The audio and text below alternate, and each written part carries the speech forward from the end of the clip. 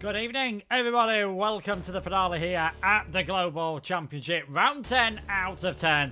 And it has all come down to tonight. VSR versus Race Clutch. Which team will be taking the crown here at Interlagos for the Brazilian Grand Prix? My name is Luke Etheridge. Alongside me in the commentary box is Joshua Davis. And Josh, yes, it is still a two-horse race, but Race Clutch are going to have to come up with something special tonight if they want to win this championship. Yeah, definitely. Welcome back, everyone, to the season finale of TGC. It's been quite a ride, if I'm being honest. It feels like only yesterday we were back in Austria, all those time ago. We're witnessing a brilliant Grand Prix we had there. Hopefully, it's a little bit less carnage tonight around Brazil. Obviously, such a fitting end to the season finale. Played host to so many season finales over the years. 2008, Lewis Hamilton and Felipe Massa. That last lap is that clock moment. Could we see that tonight? We don't know. Obviously, 2012 as well. That was a very, very hectic ending near the end. We've seen so many brilliant battles over the years at Brazil, and it's come down tonight. But yeah, looking at the Drivers' Championship, Constructors' Championship, actually, just in my hand here, it's needing an absolute miracle, if I'm being honest, for Race Clutch. A 1-2 is practically a must. A 1-3 still is possible, but it's going to have to be at least 8th or lower for VSR to have any chance of not winning the title. A 1-2 then it is 6th or better for VSR, and then a 1-3 it is 8th or better. And of course, if VSR finish in front of Race Clutch, they're the champions. So that's how it is going to play. Obviously, there are the Drivers' Championship as well to be decided. That's between Alfie Butcher and Patrick Sipos. 11 positions, well, 11 points actually separates those two drivers. They'll be going very, very, very quickly for the long period of time. It's going to be absolutely fantastic to watch. Both both champions.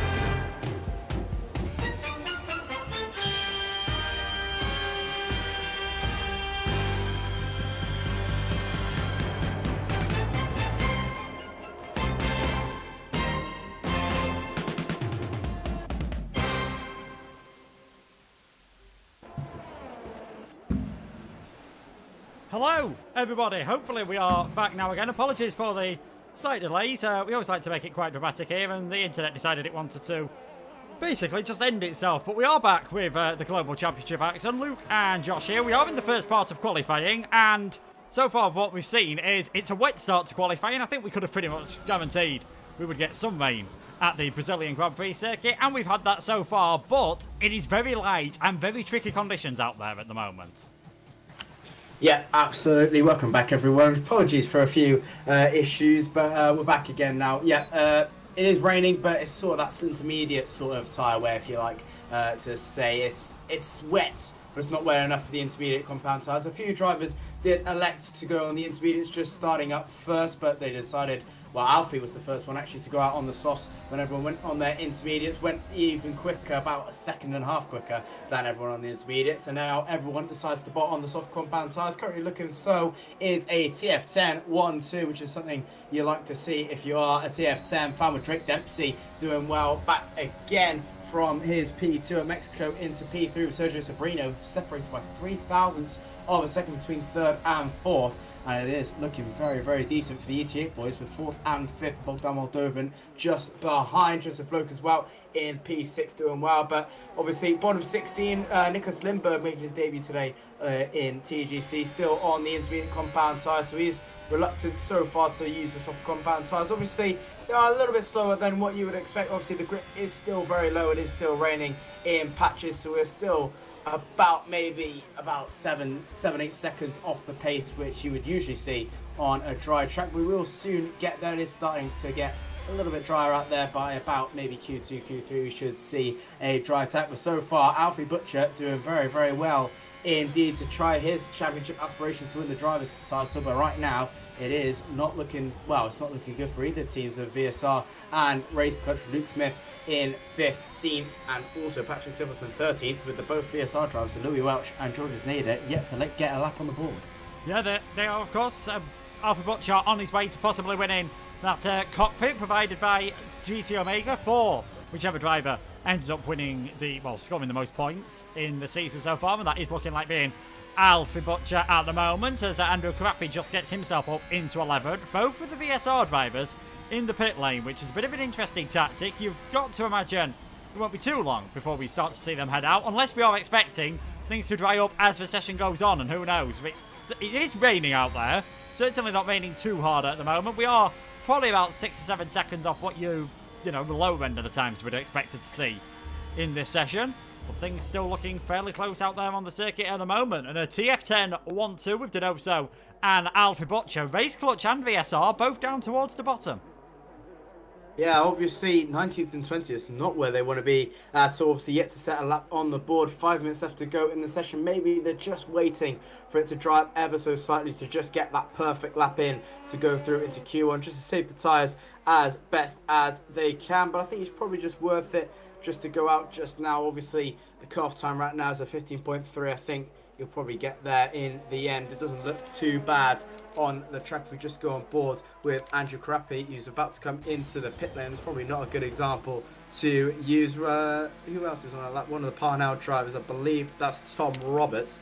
And as you can see, it's wet in patches, but it seems okay. The soft compound tyres can hold up. You don't really see them slipping and sliding at all. So it's just worthy just to get that lap in, just in case the worst comes to worst, to invalidate, double invalidate, whatever. It is just going to be safe to do so. But they have their strategy. Obviously, VSR usually do very, very well. Their strategies, obviously, they finish top 4 almost at every single race they've competed in this season. So they know how to pull it well out the bag, and I'm sure they will at the near end of the qualifying. But they are cutting it very, very fine. Yeah, I think in conditions like this, you always want to be out there on the circuit as early as possible, because you never know whether it's going to get drier. You never know whether it's going to get a bit worse towards the end of the session. Harlan Marquis dives straight back into the pit lane. He's in 6th at the moment, so looking pretty safe in the Shazoo.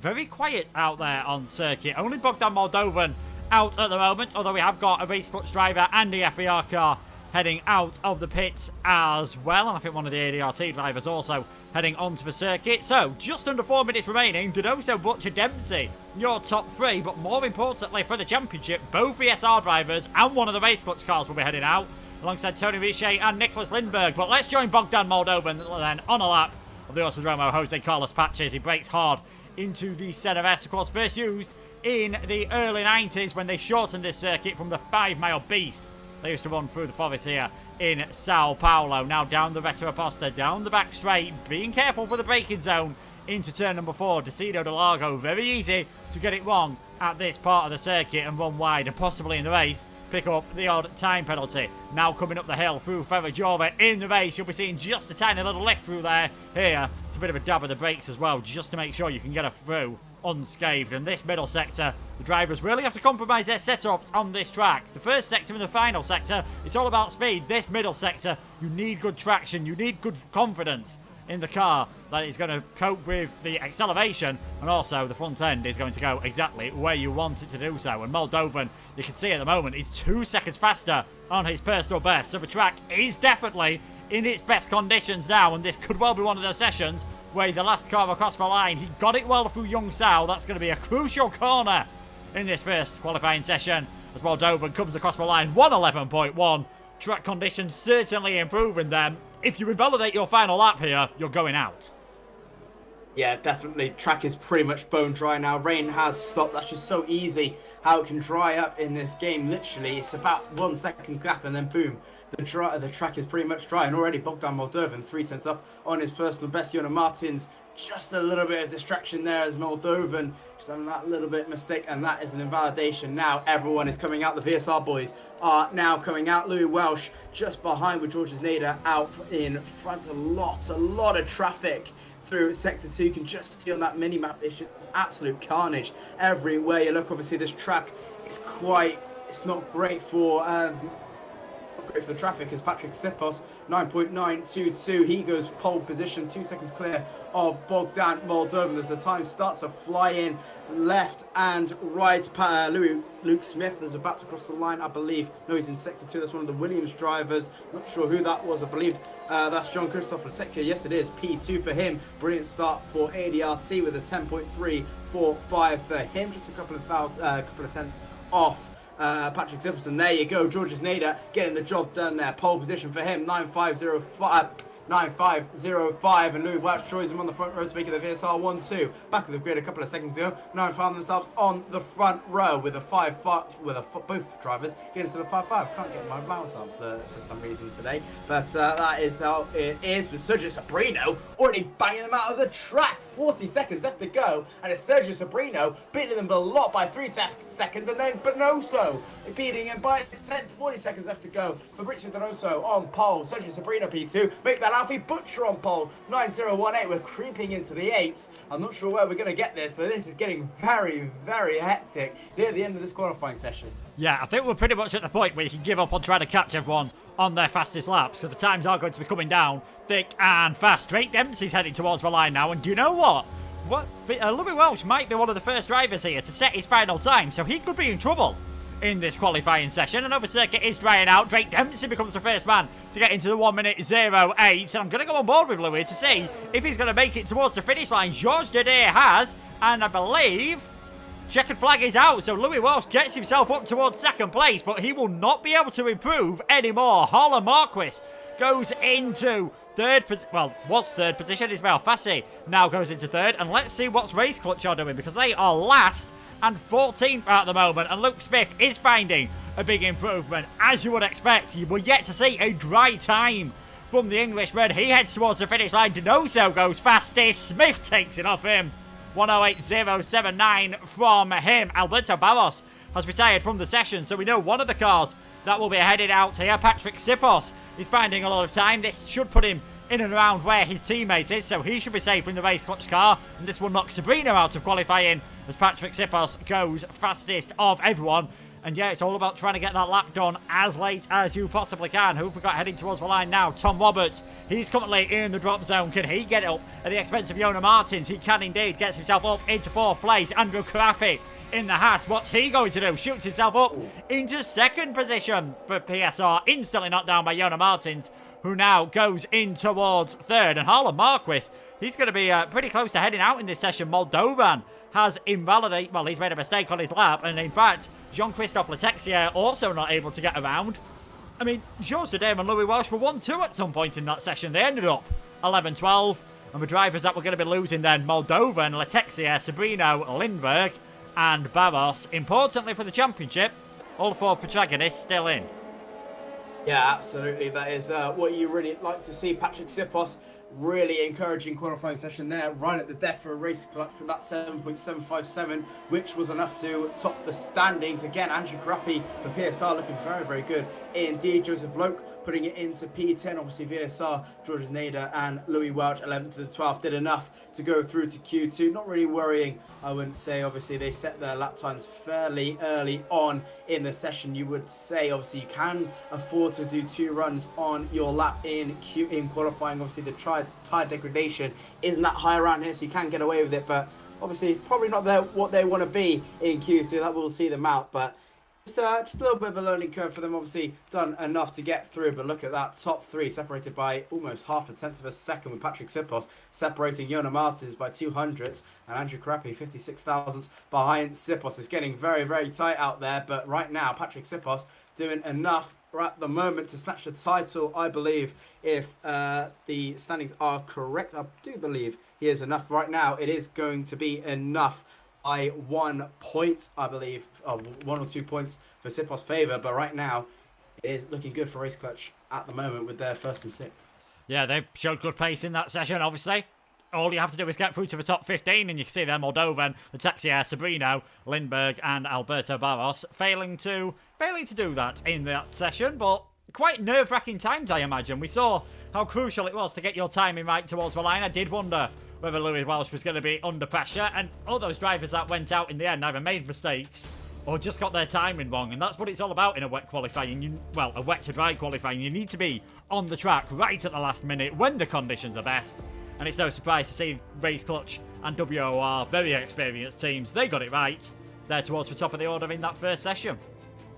Yeah, definitely. So getting the job done as you should do, and save some. I can't speak today. I'm so sorry. It gets them through into Q2 there. Should be dry again for qualifying session from here on in. Should be all fun. Not sure how the race will line up. Maybe might get a little bit of dash of rain near the end. Wouldn't that be a sight for sore eyes if we do see a little bit of rain? Definitely would spice up the championship ever so slightly. Just waiting for Jean-Christophe Texier to ready up, and we should be getting going for Q2. But big boost for Race Clutch, I do think, to get themselves up the order as Jean-Christophe Texier has now left. Hopefully we don't need to restart Laurie. We don't think we do, but yes, looking good for Race Clutch's side of things. We'll have to wait and see how they do Q2 and Q3. Now that the track is pretty much bone dry, it's all a fair game now, and let's see what VSR have in the locker room. Yeah, let's see what they can do, and let's not forget this is a very important session because whatever tyres you get into the top 10 on, you have to start the race on. Will anyone be able to risk it on the mediums? I don't think. Well, I think we'll see quite a few do it. I don't think it's going to be as important as it was at some other circuits. And if we take this bit of a quieter point of qualifying to talk through some of the key races this season, I think if we're going to point out one race at the moment why VSR are in a good position tonight, it was China. They managed to get a 1-2, mostly because they managed to get both of their drivers through the second part of qualifying on a set of mediums. Race Clutch couldn't do that there and ended up losing out. And from then on, you know, VSR had a fantastic race as Mexico as well. Didn't quite go to plan at the USA, but they are in a very comfortable position. It's Race Clutch, that was a fantastic first session from them, but it still wouldn't be enough if that's the way it finished. Absolutely, they need a double podium here tonight, and hope VSR do not score many points. I think what they're going to need is pretty much a miracle. Maybe VSR either getting into some trouble near the start of the race or midway and near the end of the race, and they've got a little bit of hope, but right now it's not going to be enough how that qualifying session went. They need a double podium here, otherwise the championship is gone. They're just going to need to really pull it out of the bag in qualifying. I think qualifying is really going to define the race. Obviously, not many overtaking opportunities is Brazil. There's only maybe a few down into turn one, into the Cena de Lago. If you're brave enough down that inside, you have to really, really be close enough to try and make a move happen there if you want to go for that. But yeah, again, very minimal overtake, so that's really going to have to get your job done. As looking on board with Tom Roberts having a massive slide out of sector 1 there. But yeah, qualifying is definitely going to be the main part, and Race Clutch, I think they're probably going to know that. They're literally going to have to pull this one out of the bag and get a 1-2 here if they really have to try.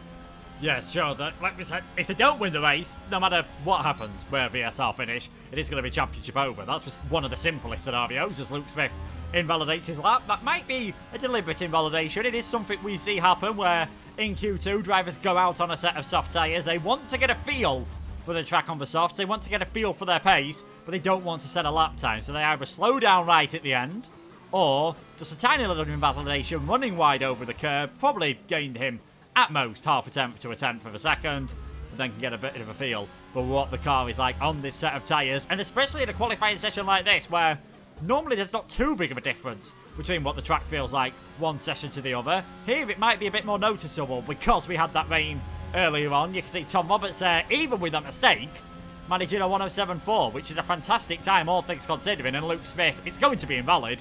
No surprising to see, though, 8 tenths of a second faster than what Tom managed. Yeah, absolutely. Patrick Sipos does decide to keep his lap value 6.5. That's very, very good banker from Patrick Sipos there. Alfie Butcher into P2, trying the medium compound tyres. Don't know if he'll try and bolt on the softs near the end. Louis Welch is trying the mediums as well, 7.2 for him. I believe Georges Nader is in the pit lane. He's bolted on the medium compound tyres. Andrew Karapi has invalidated his time on his soft run alongside Joseph Loke. And the final corner is the two WR drivers. They're starting their lap times at the moment with Tony Roche in the pit lane. Harlan Marquis about to finish his lap on the mediums. A few people elected for the mediums, a few on the soft, so quite interesting to see there. Patrick Sipos is fairly happy to start his lap, well, to maybe even qualify on the soft compound size if he wants to complete that lap with a 6.585. So he's going to try and go for the short game in the first stint to just try and bolt away as best as he can. But obviously, a few people elect for the mediums. Tom Roberts, that was a very scruffy lap from him. I think you can probably do a little bit better. Maybe on the medium compound tyres. Maybe that was on purpose. That little bit of a scruffy lap to get the medium runs in. But we'll have to wait and see. It's Mafasi P6, 22.606 on the mediums with Donoso, I believe, making another mistake again. 21.376 on his medium time. He's going to try and go again. But a lot of these guys, I think, Donoso, Fassi, obviously the guys going early on the medium compound tyres, I reckon you'll see the soft runs from them again. I think soft medium is probably going to be the most desired strategy out of the top 10. I doubt we'll see medium to soft just from the nature of the tyre degradation we have here. So it's going to be interesting, but obviously the early runs on the mediums probably is not going to count near the long run.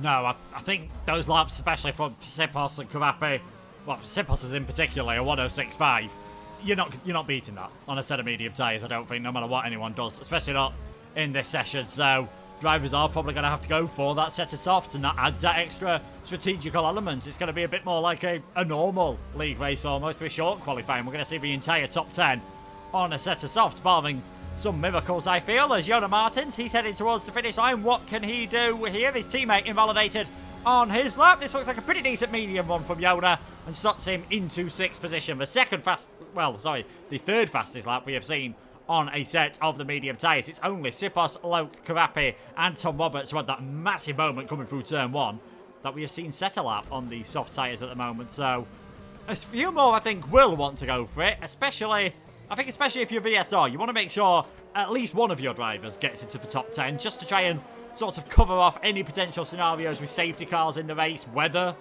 as well. We've had a wet start to qualifying, we always know. There's always a possibility around here. You can get rain showers. They might not even be heavy enough to need the intermediate tyres, as we found out already.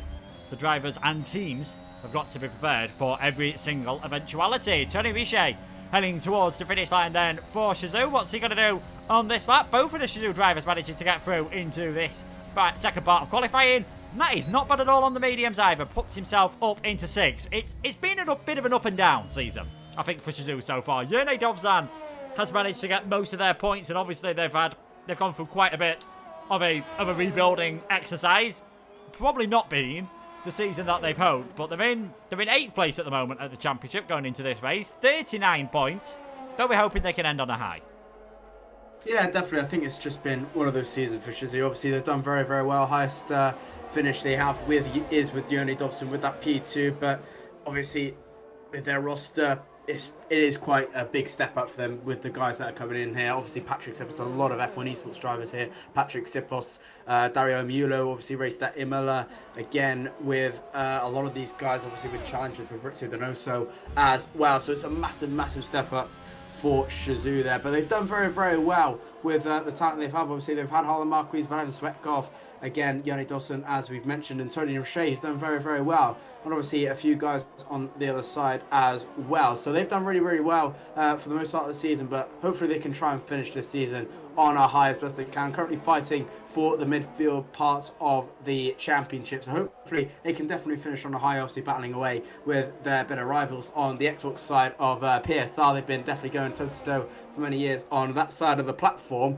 but it's definitely a big step up into PC racing. So hopefully next season or wherever it will take them, they'll definitely keep going and on and on and on, and hopefully bring another good championship aspirations for whenever they have next. So hopefully they do very, very well. Currently P9 and P13, but with 7 minutes to go, they still got a lot of time on the board. And I believe that was Alfie Butcher putting it into P3 on a 6.688. Still a little bit more time to go, I think, from a few of these guys. Definitely with the track starting to rubber in a little bit more, there's still more time on the board, but right now I think Patrick Sipos is probably fair enough to retire if he wants to. Is he going to go out to try and go for a little bit more? But it's definitely going to be interesting when it really counts into Q3.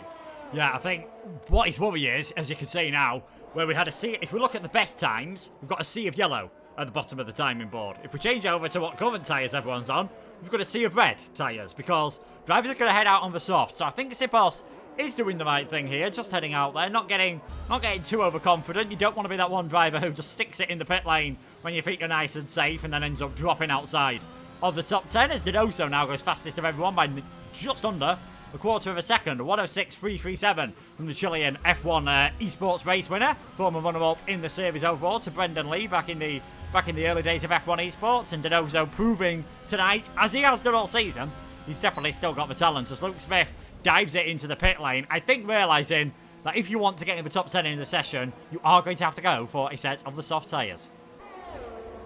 Yeah, definitely. So top 9 are all on the soft compound tyres, bar Louis Welch, who is still on the mediums, but I think he's going to have to try and go again, which he is actually doing at the moment. I think he's just crossed the line actually on his concurrent medium run, so trying his best as much as he can to go on the mediums, but I think he's going to have to try and come in towards the soft run. Andrew Crappy on the softs at the moment, 6 thousandths down into sector 2 at the moment, currently running P9 with a couple of thousandths off Louis Welch, currently 3/10 up into sector 3 as he enters into Jun Xiao and up towards the back straight into the final sector, which is long, this long back straight uphill, if you like, fully flat out as he comes across the line and into P6. That might just be enough for Andrew Crappy. It's going to be very, very tight near the end, maybe just worth going one more, but I think right now you're probably going to maybe see top 2, top 3, top 4 may be enough. I think after 6.6 might just see you through to go through. Patrick Tipos about to cross the line now. 6.218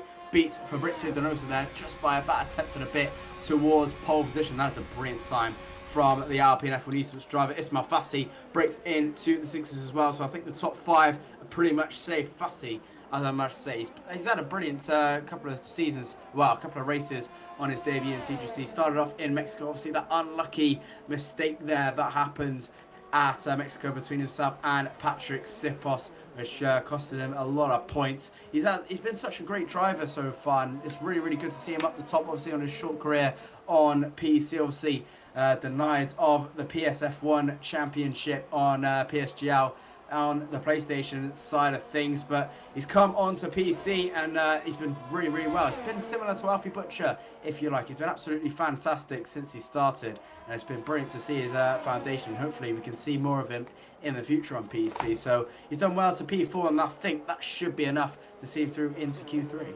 Yeah, it's going to be close. Those on the 106.6s, I think, at the moment, squeaky bum time for them. It's going to be a bit tight. We'll have to see what the VSR drivers can do. Can either of Parnell's boys, Tom Roberts, who of course had that collision and retired from the race in PSGL F1, which brought out the safety car, which then caused all the carnage at the end of that race on PSF1 in Bahrain. He'll be hoping to stay, I think, well away from interfering in any championship tonight, even saying that that would be his aim. Harlan Marquis comes across the line then.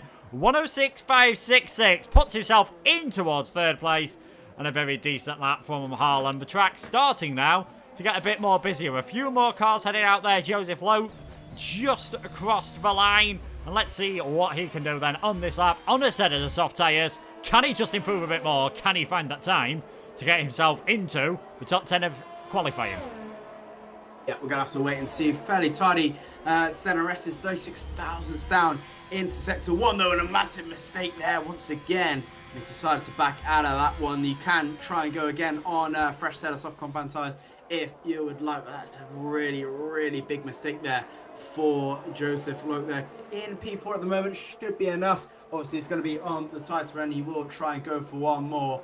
That is a massive blow to his lap there, but meanwhile, I think the big picture right now is the VSR boys. Georges Nader currently in P10 and Louis Welsh in P11. Both right now setting lap times really at the dead of the session. Would love to know how much time there is left. 2 minutes on the dot, and it's really going to have to be the lap of their life now for Georges Nader and Louis Welsh.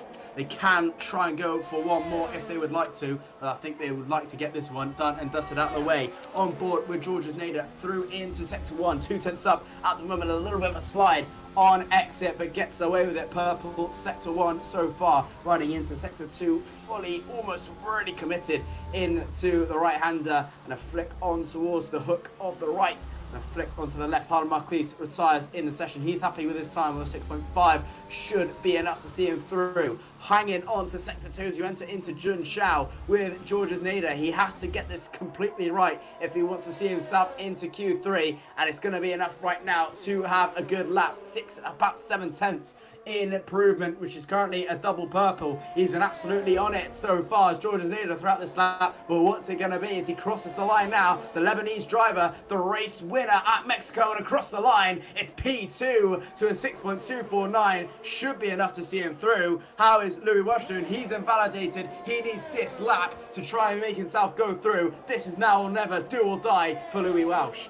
Yeah, Louis drinking in the last chance saloon at the moment. He's going to have one lap only to get himself into the top part of qualifying. Alfie Butcher has retired from the session. He should be safe. Luke Smith should get himself safe as he goes up towards third. Race clutch showing a big turn of pace here in the Alpine. Sipos was fastest in the first part of qualifying. He's fastest at the moment in the second part. Joseph Loke, his second run, puts himself up towards third place. And all of a sudden, Harlan Marquis, from looking very safe a few minutes ago on his 106.566, as Drake Dempsey goes into 6th, might just be looking a bit nervously over his shoulder now and just waiting and watching to see what some of these other drivers can do. Andrew Karapi has invalidated on this lap. He should still have enough chance to get one more in. He's going to be cutting it pretty tight, actually, across the finish line. He's going to be cutting it very tight indeed, but just manages to get across the line there to start another lap. Checkered flag is out in this session. Louis Welsh for VSR. He's the man we're watching at the moment. He's going purple in the middle sector, so again, this should be a big enough improvement to get the Pad Goat into the final stages of this qualifying session. What's it going to be for Welsh as he heads towards the line? 106.384 puts him in towards 7th place. Ismail Fazzi goes up towards 10th position. And can he be knocked out of this session? Yona Martins coming around the final part of the track. One of the Parnell boys has gone way off there, so that they'll only be getting one car into Q3 at best. Martins comes across the line. He goes in towards 7th, and all of a sudden, it is Harlan Marquis on the bubble. Tony Richet is finding some improvements. I don't think it's going to be enough from him.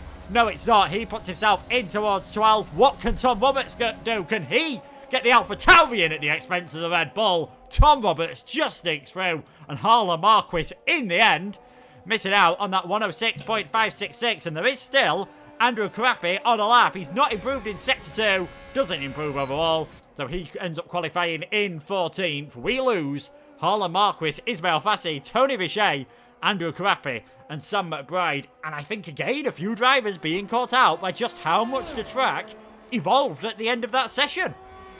Yeah, definitely. So a big shock there for a few there. Ismail Fassi getting knocked out in Q2. Harlan Marquis really underestimating there. Thought he was going to be safe with that 6.5. It's come short with it to a P11. And again, with Alfie Butcher really cutting it fine there. Only P9 for him. He's definitely cut that extremely fine. Tom Roberts just sneaks through right at the end to a 6.482 there. And again, with Tony Richet, we thought he was going to be safe. He's ended up in 13th. It's a big shock for a lot of these guys, which is fairly interesting. But VSR just getting through right at the death for Georges Nader into P2, and Louis Welsh, the pad man, the pad goat as a lot of people like to call him, getting through as well into P8 right at the last grass. Very tight indeed. But at the end of that, it's VSR, well, it's Race Clutch, PSR, Race Clutch. Right now, it is going to be a VSR victory as it stands. 31 thousandths separates Sipos and Nader,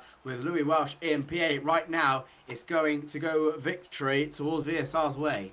Yeah, of course, we'll see how things go in Q3, but they've got both their drivers through. They'll be happy with that. All the top 10 through on a set of the soft tyres. Sipos, Nader, and Loke, your top 3. The drivers that we are losing: Harlan Marquis, Ismail Fassi, Tony Richet, Andrew Karapi, and Sam McBride. Both VSR drivers through, both Race Clutch drivers, both TF10 drivers. Sort of the way things have gone so far this season with both those teams. But WOR have started to show a bit more pace, and again, they're up there towards the top. Dempsey and Martins, 1,000th of a second separated them. They'll just be wishing they started the season like this, because who knows, they might have been able to have a bit more of a say in this championship battle. Absolutely. Drake Dempsey has been really a big change for their roster. He's been absolutely fantastic. Obviously, Mexico, his biggest achievement there, into a P2 finish there right at the death. It was brilliant to see how he got on there. Again, with Yona Martins, he's done very well throughout the season, picking up a lot of points towards his run there. So it's always good to see WOR do well. They've been really well established, obviously, on the league side of things, and obviously on an esports they are fairly new-ish, if you like, to a lot of the things. So it's great to see them up there at the top as we just start to go to Q3. As we said, WOR making it through with their 2 drivers, Race Clutch as well, VSR, TF10, and it's going to be a lonely ride for Joseph Loke and also Tom Roberts. They are the only guys that got one of their drivers through into Q3, and it is Race Clutch going very early, actually, already starting to get the job done with Luke Smith in front and Patrick Sipos behind. So they're going fairly early just to get the ball running, and it is VSR left in the pit lane. So it's going to be very interesting how this is going to play out with 10 minutes to go. Yeah, we'll see the usual part of Q3. Let us know in the chat A, what you think the fastest qualifying time will be, and B, who you think will get pole position. We were thinking drivers round about 6.1 at the moment, possibly. Who knows? We might see drivers sneaking into the 1 minute 5s in this session, so this should be a good one to watch. And you've got the mix of drivers who needed 2 goes on the soft tyres to get through to Q3, and those who only needed the 1 set of the soft tyres. So might see a few that are a bit off the pace at the first part, getting themselves up towards the top for the second part, as Race Clutch have led the way all day so far, and they're leading the way at the start of this qualifying session. Luke Smith just making his way around the Senna S, taking a lot of speed through there at the moment. They're going very early on, and it is an interesting point from someone in the chat there. It is a short circuit. If they wanted to, they could be able to get 3 runs in. I'm not sure anyone's really going to have enough fresh sets of tyres to do that, though. Absolutely. I think you can definitely get away with doing 2 runs. Obviously, it's now Q3. The tyre wear will not be in effect. So you can go for as many runs as you like. Really, you're going to go for about 2 a lap, I think. And that's quite an interesting point, actually, from, I believe that's Cal in the chat. That's quite an interesting point. You can try and go for 3 runs here. I reckon, obviously, double runs. So you're looking at maybe around 6 runs here. I think around 6 to 4 runs, I think Race Clutch will be trying to do here. The question is, how much they will improve is the question. Luke Smith is about to cross the line now. It's been a fairly interesting lap, but decides to come back in, actually. So he's going in early. And so, again, with Patrick Zippos, he's invalidated. So they're coming in fairly early. So they come in and go straight fast out. So that's quite interesting to see there. But we'll have to wait and see how they will go out. Tom Roberts, I believe he is invalidated as well. The 2 VSR guys are next across the line there on outlaps at the moment. Drake Dempsey has backed out of that one, so that's quite interesting. So they didn't decide to go for the double runs as I would have thought. So they decided to bin in maybe try and cause a surprise for VSR. They're going to try and complete their laps. 8 minutes 45 seconds left to go in the session, and this is going to get a little bit interesting, and maybe a few mind games playing on the sides of Race Clutch there. Drake Dempsey goes pole position with a 1 minute 12.407. Yeah, Louis Welsh cut over the curb of turn number 3 and managed to get a penalty. I swear Nader was a bit further over the curb and somehow managed to get away with that one. Whether he lost more time, because I know the game does take that into account. Definitely looked as though he was struggling on traction, and it doesn't matter anyway because he's backed off completely on this lap. So no one really getting a clean first run in this session, and we're already a third of the way through the final part of qualifying, and the only driver that has set a time is this man, Drake Dempsey, at the moment on a 1:12.407, and that is a very pedestrian time. I reckon even I would be able to beat that one. But we'll follow the American round for the rest of his lap. This is something we've seen a lot on this game, whether we'll see it on F1 22, which will be, we've got the Champions Edition coming out in about a week's time, and then I think it's on the Friday of next week you'll see the normal F1 22 edition. Whether this is still going to be a thing where drivers can get 2, possibly even 3 runs on the same sets of tyres, we'll have to wait and see. Dempsey, though, certainly improving on this one. Should be comfortably in towards that 106 margin. And there we go, 106.376 for Drake Dempsey. Puts him on top at the moment. Tom Roberts goes just over half a second behind him for now. Jonah Martins has just started his hot lap.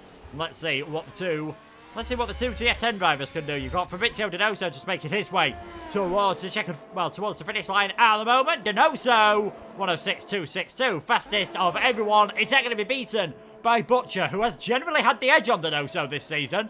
No, it is not. A quarter of a tenth of a second behind there. 0.025 separates Donoso and Butcher. They are 1-2 at the moment, and neither of the Race Clutch or the VSR drivers able to get that clean first run.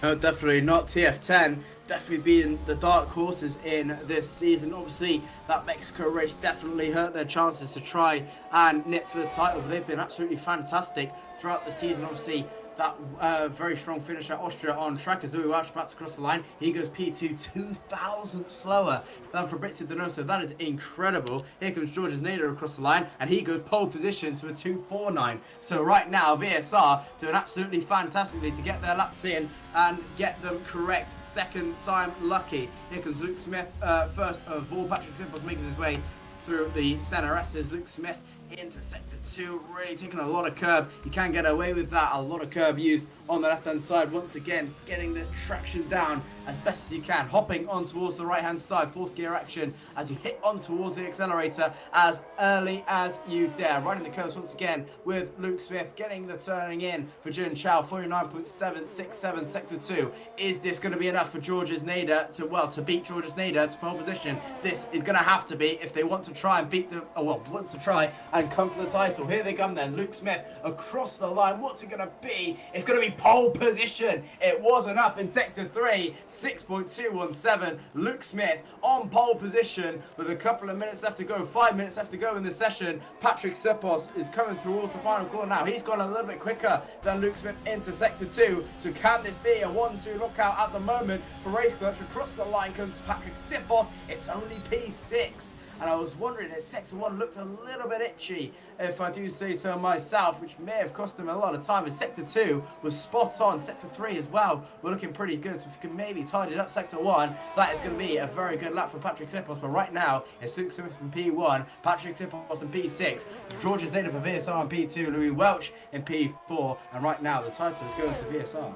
Yeah, definitely more potential in Sepos' lap, which, let's be honest, it's not a bad lap. It's 92 thousandths of a second off of pole position and off of his teammate at the moment, and it is only good enough to get him in 6th position. That is how close things are here in the Global Championship, powered by GT Omega. Top 6 cars within a 10th, the top 4 cars within half a 10th of a second. I mean, even Drake Dempsey, he's not too far off pole position at the moment. You've got Loke, Martins just a bit further back, Tom Roberts as well. I imagine he managed to do his lap on a older set then of the soft tyres, and we'll be seeing him coming out soon as we get the calm before the storm. Jona Martins dives into the pits. Patrick Sepos dives into the pits. 4 minutes remaining in this session. Can anyone dethrone Luke Smith from the top of this qualifying session? Will we see VSR up towards the top, or will TF10? They've looked quick all day, looked like just a few hundredths perhaps off of what Race Clutch have managed to do. Will TF10 put on a good show to end the season? Yeah, it's going to be very, very interesting to say the least. As the track, no one using it at the moment, it's fairly quiet. A little bit of action at the pit lane with one of the McLaren drivers coming out. That is VSR. Who is it going to be is the question. The double pair of VSR. I know that's actually one of the Ferraris coming out. So that is Georges Nader coming out there alongside, I want to say, Fabrizio Donoso. No, it's not. It's Alfie Butcher coming out for TF10. They really have been sort of the dark horse in this season. Obviously had the pace, well, definitely have the pace to fight for the championship, but obviously results haven't really gone their way. A lot of incidents that have happened to them have just cost them that position for the title. So it's unfortunate to see, but they definitely have had a shot at one stage, and obviously they can come home with one trophy in hand with Alfie Butcher on his way to try and get the driver's title sealed up, and only doing pretty much half of the races. Alfie Butcher has been absolutely fantastic, made his debut at Saudi Arabia. He's only done 5 races and sees himself leading the championship, which is absolutely fantastic. We'll have to wait and see how it's going to end, because Patrick Sepos is his rival, currently rapping in P6. He's more focused on the team's championship for Race Clutch, so they're going to have to focus on that one. I'm sure Alfie Butcher is more focused on the drivers, to say the least, but we've got a pretty much full grid. Everyone out on track now. Joseph Loke, the last one to come out of the pit lane as we start the race. Well, we start the final part of qualifying with Georges Nader up the hill, and he starts the final lap of qualifying with 2 minutes and 10 seconds left to go at Brazil. Yeah, trying to burn as much fuel as possible from his McLaren, then from that Mercedes engine, using it at the end of the pit lane. I was a bit worried for a second that he might get a disqualification even for blocking the pit lane, because Alfie Butcher got very close to the back of him there. No such problems from Nader on this run like he had in his first run, being a lot more sensitive over that curve, making sure he doesn't take too much, and invalidated. He is already 45 thousandths of a second up, runs very wide coming through Decido de Largo. Would not be surprised to see him back off of that lap, and he has done. He knows he's got enough time to go out there and set another one, of course. Just get himself that bit of free air, get another lap in. Has he got enough fuel to get another lap in? And that is going to be the important question. Alfie Butcher there just getting a bit of a snap on the car as he comes into Pinavino, just trying to get that Ferrari to do something that I think physics dictates is not really possible. They're really pushing these cars as hard as they physically can now. At the moment, coming down through Magulio, up the hill into Young Zhao, and Alfie Butcher is nearly a tenth of a second up. He did this on his first run. Had a massive hit to the curb and a slide through Young Zhao. He has done it again, so even with that, do not be surprised if we see him go purple. And fastest of everyone here, Alfie Butcher, the Drivers' Championship leader. 106.202 for Butcher. He takes provisional pole position. That will be his final run then in this session. I imagine he's not going to have enough ERS to get around this circuit and get another lap in. Patrick Sipos, he's flying. This could be a 106.1 from Sipos. It's a 106.027. That is going to be tough to beat. Wow, that is probably going to be the most important lap of the season for Race Clutch there. 6.027. Luke Smith is going to try it for one last start. Drake Dempsey gets it on the front row for WR. Brilliant to see there. He's not going to go for one run. That is his final run. Joseph Loke about to cross the line. He's invalidated. He's going to go for one more. Here comes one of the VSR drivers. That's Louis Welch. He's invalidated. It's going to be a last grasp attempt for both VSR drivers. Georges Nader in P5, Louis Welch in P6. Checkered flag is now out. Here comes Georges Nader coming up towards the hill. He's a 10th up in Sector 2. Right now, it's not going to be enough for pole position. This Sector 3 is going to have to be the best Sector 3 of his life. Here comes Georges Nader across the line. The Lebanese driver is on the front row. It's P2 for Georges Nader.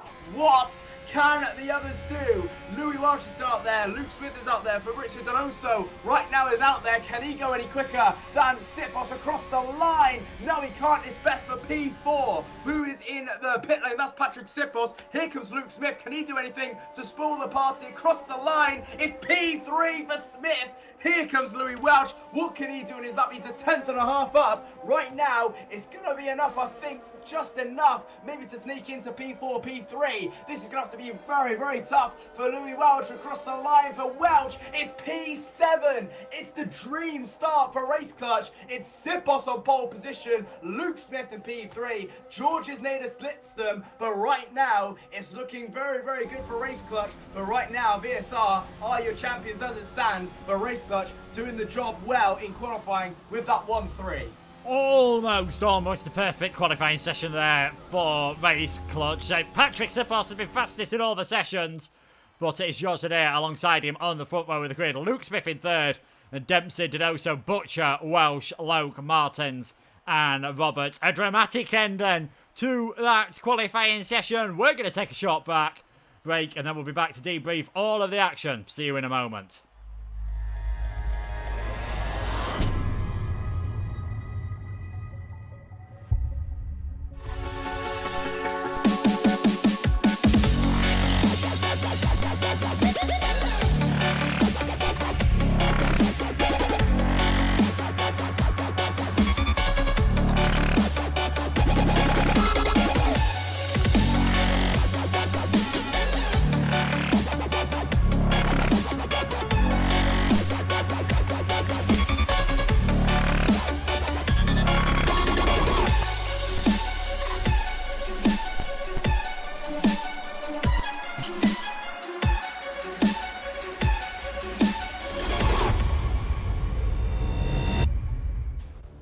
Yeah, dramatic end then to that qualifying session. So Race Clutch take pole position, but it is still VSR looking like they are the favourites for the championship at the moment. Sipos on pole, Nader second, Luke Smith in third, Louis Welsh only able to get 7th place there. I can only think he perhaps went a bit deep into Young Zhao because he was well up on his time coming through Sector 2, only improved by about half a tenth of a second by the time they come from Sector 3, but it's not a bad place to be in.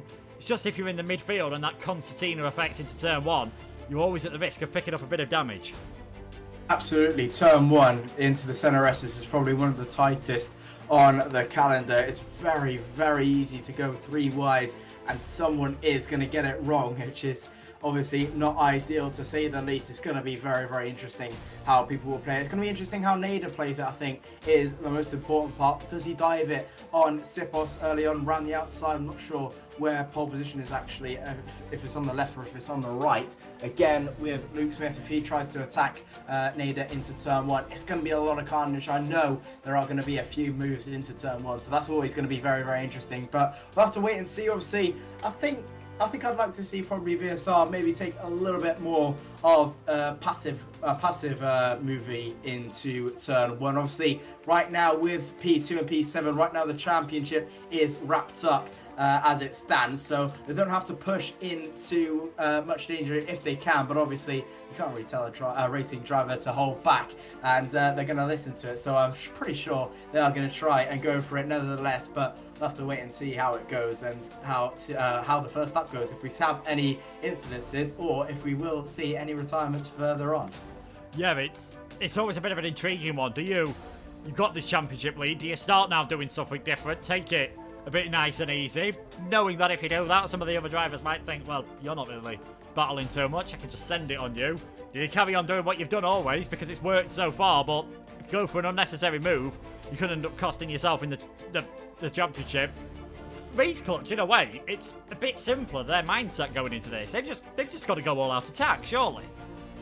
Absolutely, that's going to have to be their cue. I think Luke Smith probably is going to have to push the most, obviously. With Sipos on pole position, he can try and bolt away if he can, as much as he can. I think lap 1, he's going to use a lot of his battery just to try and get at least a second away from Nader if he can. But I think Luke is definitely going to be the main piece in Race Clutch's puzzle, if you get what I mean. He's really going to have to push on the first opening laps just to make sure he gets that P2, and then he's going to have to push even more to try and catch up with Sipos just to get that gap going. So it's going to be really, really tough for Luke Smith and also for Patrick Sipos if they do decide to switch ends. It's going to be tough for both of them, if I'm being honest. So it's really going to be the guessing game of who is going to push more and who is going to defend more for Race Clutch. Obviously for VSR, it's an interesting one if they want to attack, if they want to just caution it down a little bit, play it safe if you like. I think they'll probably take that advantage going in. Obviously they have that 35-point gap. Race Clutch pretty much needs a 1-2 to have any chance of it. A 1-3 is possible, but both VSR drivers have to be at least 8th or below to even have that possible. So it's a very, very tough order. And obviously if Nader spins out for Race Clutch, that's going to be a big win-win. And obviously if something bad happens to Welsh as well, if he loses 1 or 2 positions off the start and it stays like that, it's gonna be enough. So it's just, I think Race Clutch need well, I say a little bit, quite a lot of luck to win this championship, but you do need a little bit of luck in league racing sometimes, and that's the way it is. And it's never over into turn 1, so we'll have to wait and see how it plans out. 36 laps, 36 opportunities to go for, even double that with the amount of overtakes you're going to do. It's going to be very, very interesting. Yeah, I've heard it said before, sometimes it's better to be lucky than good. I don't think Race Clutch, as much as they'd love to win it with some brilliant on-track action, I think they know they might need a bit of a hand here and a bit of bad luck to befall VSR, and there are other drivers up there. Alfie Butcher, as we've seen all season, incredible from him in qualifying, and Donoso as well. Drake Dempsey putting in a great performance. If we go back a bit to Q2, there's some very quick drivers failing to make it. You've got Harlan Marquis and Ismail Fassi were within half a second of the fastest time in Q2. They didn't manage to get it through, so they get that free choice of tyres. You never know, any crazy weather in this race, late safety cars, could really put some of those a bit further down the order back into play. Yeah, definitely so. It's going to be interesting how that plays out, and I'm sure a lot of the other drivers, again, I think the most that's probably got left nothing to lose right now, TF10. And again, with anyone else, Parnell in particular, they couldn't care less about this championship fight. They just want to finish as high as they possibly can. If they get up towards the midfield and maybe try and stir a few things with Race Clutch, stir a few things with VSR, then that's brilliant to see. They can try and push on for them. Again, with Race Clutch, they'll probably be licking their lips and with how that's going to happen. But obviously, everyone is out there for themselves, and it's going to be very, very interesting how that plays out. So the other teams have really got to watch their backs well, not really watch their backs. I think it's more VSR and Race Clutch that have to really watch their backs. They're going to have to try and watch their backs for the other teams. Are going to try and dive it in any which way. Obviously, they couldn't care less about that championship, and why should they? You know, so it's going to be interesting how the other teams play it out. I think they'll probably try and attack it more just to see how that's going to play out. And obviously, there are battles to lower down. The midfield is definitely going to get interesting with Shazoo, FER, and PSR as well. Parnell have that little battle with TF10 for P3, I think. I'm not sure if that's secure P3 for TF10 or not. I'll have to wait and see. But it's definitely going to be interesting how that plays out. It's definitely a lot of interesting things that can happen in Brazil, and it usually does. And I think it's going to be a very, very interesting 36 laps we have in front of them, and I really just want to get started right away. Yeah, we have got all 20 drivers in, which is great to see, so hopefully we shouldn't be too far away. And just a reminder of how things are looking in the main championship. There is the Drivers' Championship as well, which all of a sudden Sipos is bringing himself back into play to possibly win that and get the GT Omega cockpit. But VSR on 210 points, Race Clutch on 175. If Race Clutch don't win this race, then there's no way they win the title. If VSR have any driver in the top 5, then they will claim the title. And there's about 100 different permutations in between with fastest laps, other stuff. There might be post-race penalties. We might be leaving here talking about a provisional champion. Hopefully, though, we are able to get the action sorted. We've already mentioned, well, we mentioned it briefly there, but Alfie is a bit further down than we're used to seeing him, which sounds a bit crazy for a man who's qualified in 6th place, saying he's a bit further down than what we're used to, but he'll be wanting to put on a good performance. As we mentioned in qualifying, most of this season, he has been able to beat Donoso, so that'll be an intriguing one to see if we can get the better hand of him and finish ahead of Sipos as well and claim that cockpit. I think you said it yourself, it's astounding, given the fact that he has only done five races so far this season. We haven't had anyone do a full season, but he's done one more race than Sipos, and he's scored more points than him, and Sipos is an esports driver. Absolutely, it's brilliant to see Alfie Butcher obviously commentating him over the Xbox sort of side of things, and he's coming to PC and has become this sort of different animal, if you like. He was absolutely rapid on the Xbox side of things on the first season of this game, and he's come into the second half on PC and has pretty much been on par and even beaten an F1 esports driver who's been doing this since the very start at times. So, and obviously it's brilliant to see.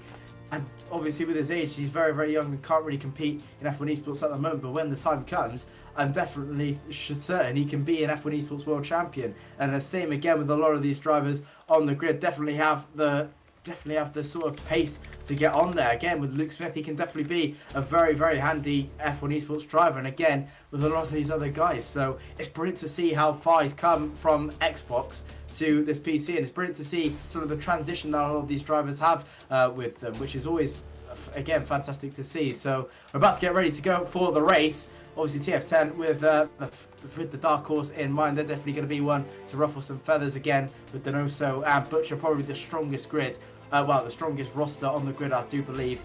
In my opinion, that is. So that's always going to be interesting. But the real battle is with VSR versus Race Clutch. It's going to be a 36 lap sprint to the end to see who comes out a TGC Constructors Champion.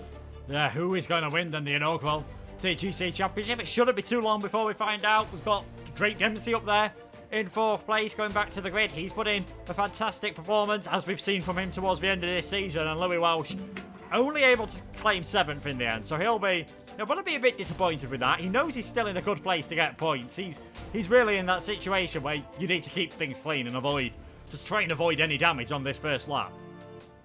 Yeah, definitely so. Nader just really has to keep it calm and collected as best he can. Right now, it is going to be enough for the title. Again, with Louis Welsh, doesn't have to push too much. Obviously, he's going to have to be aware of Loke just behind, and obviously if things do go wrong with Nader, he has to keep that top 7 in mind. So he's going to have to play that a little bit more defensively, I think, Welsh, but George's Nader really hasn't got a lot to lose. If he loses a few positions, maybe 2 or 3 off the start, then it doesn't really matter. Right now, he's still in a championship position. The most he can lose is all the way down the order if he gets spun around. So that's probably the main thing that's going to go around George's Nader's head, is if something bad happens, then there's not a lot of turning back. So obviously he's got to keep that in mind. Race Clutch again, Luke Smith is really going to have to attack this again. Patrick Sipos, they're really going to have to attack this as best as they can off the start to get at least the second, maybe even more off the lights. So that's the main sort of course of action for them.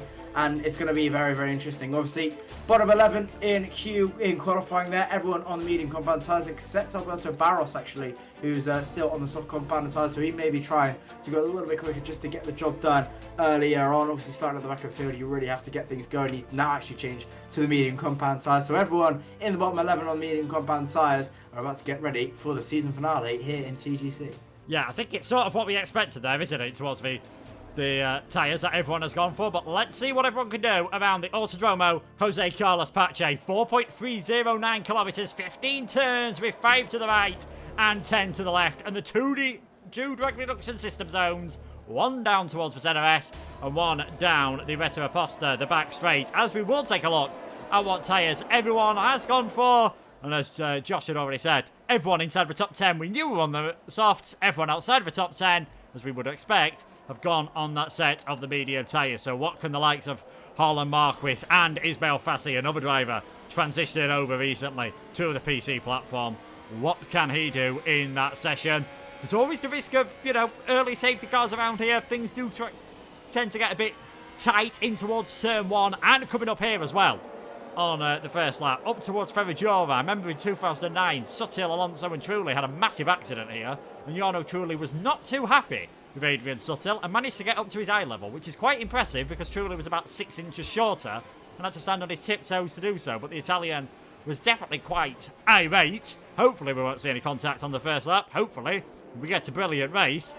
As Georges Saudet there in second place, in between Sipos and Luke Smith. They've all just got to try to drive their own race in the early stages. I imagine any tactical games, if there is going to be any, will come after the first pit stops.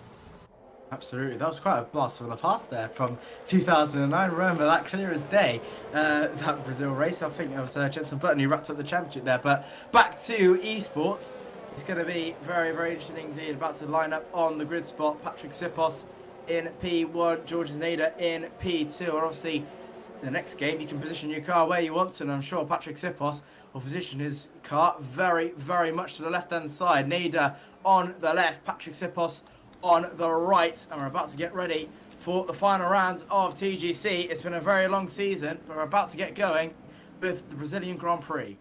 Yeah, watch out for this one. This should be 36 laps of simply scintillating action here at Interlagos. All the cars are in their grid slots as we wait for the lights to come on. We've got 5 lights.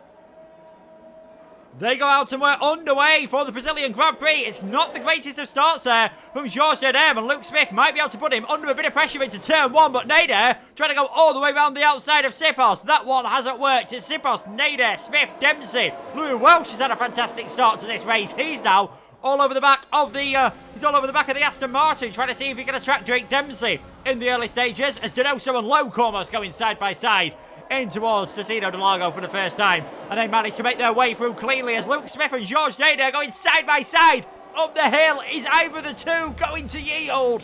Smith gets the move done. He is now into second place. Patrick Sipos in third position, as Louis Welch is still trying to make some early moves in these first stages round the outside of Pinarino. Not going to work on this one, but Welch looking feisty in these first few stages.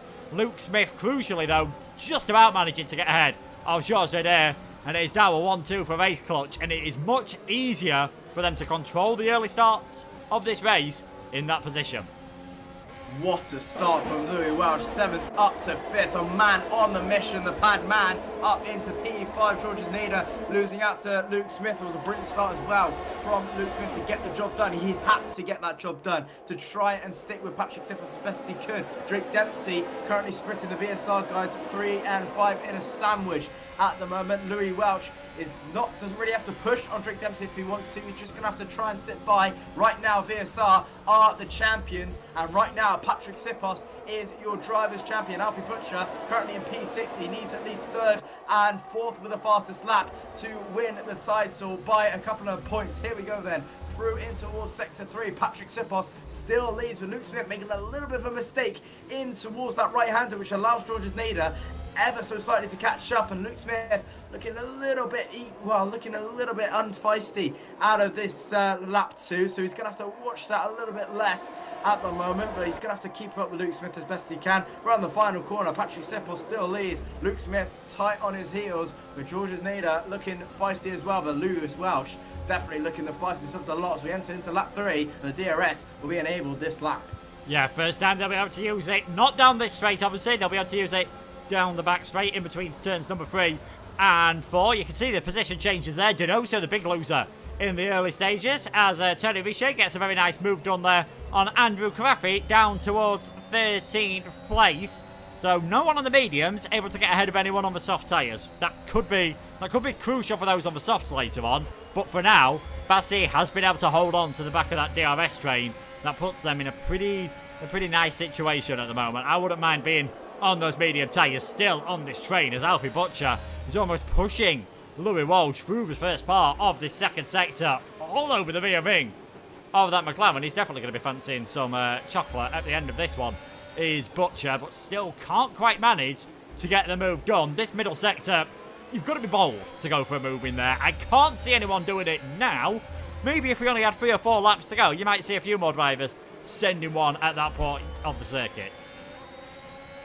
Yeah, absolutely. Georges Nader was definitely having a look. He's so eager to get past Luke Smith, and this might be his opportunity. Smith is really going to have to defend, and defend he shall, as Georges Nader gets boxed in. Patrick Simples tries to defend. It's getting very, very tight. Georges Nader round the outside of Luke Smith, which turns into the inside. Luke Smith forced onto the curb as they touch fenders ever so slightly. It's getting very, very tight, and Luke Smith almost losing traction there. And again, Georges Nader getting boxed in. The teamwork is working very, very well. Race touch. Here comes Jordan Nader down the inside. More contact made. Side by side. The Brit versus the Lebanese driver. Side by side. All the way through. Almost making it 3 wide as Luke Smith really has to get on the brakes there. Georges Nader up into P2. Luke Smith diving it down the inside. Once again, they lock wheels. Once again, Drake Dempsey sitting here with a bag of popcorn in his hand. Luke Smith losing out to Georges Nader there. Diving it down the inside. Again goes Luke Smith. And there goes Duncan. Oh my goodness me. That was very, very close to a contact. And almost Georges Nader getting spat out there. Drake Dempsey getting still into P4. It's getting so tight on the 4th lap of this Grand Prix. It was almost tears for Georges Nader. It was almost tears for Louis Welch. And they've just managed that to get out alive. I don't think we were close to contact. I think there was contact between Dempsey and Nader. Dempsey ended up ghosting slightly, and I think that was lucky for him. Otherwise, he'd have been connected by Welsh, Butcher and the field. The upshot of all that is somehow we've now got Loke and Donoso going side by side through turns number 2 and 3 there. And you've also got Alfie Butcher all over the back of Louis Welsh. We'll see this from on board his teammate. Butcher trying to go all the way around the outside at the Retta Raposta down into Destino Del Largo as Loke very forcefully manages to open the door on Fabrizio Donoso. You don't know where to look in this race. There's moves all over the place. And now Louis Welsh, he's got himself up into 5th place. He's going to drop into 7th, 8th. He might even drop down in towards 9th position here. We're 3 wide going through Pinarello. I've never seen this one before. And Louis Welsh is just tumbling down the order. I'll tell you what, it's looking a little bit brighter for Race Clutch. Louis Welch down in P9 with Georges Nader picking up the pieces though in P3, and Drake Dempsey is Race Clutch's best friend at the moment. If he can try and keep going into those little battles, it's going to work very, very well. Here he comes then once again. Drake Dempsey on Georges Nader, Georges Nader on Luke Smith. There's not going to be enough right now. Louis Welch and Tom Roberts dive into the pit lane. That might be damage, and that might be curtains for Louis Welch's race, and it's happened in a split second. I'll just check if they are prepping a front wing, and they are. Louis Welch with a front wing change, and that has eliminated pretty much so only one VSR driver left in this race. Georges Nader is going to have to go all alone, gun-ho for the rest of this lap. 30 laps remaining. He's going to have to go 30 laps without a teammate, without anything. He's going to have to coast to at least the 7th or 8th position to try and get the title for VSR. And it's happened like that after 6 laps. I cannot believe this. Georges Nader is all alone, and he's got Drake Dempsey behind him, Luke Smith in front of him, but he's looking very, very racy indeed.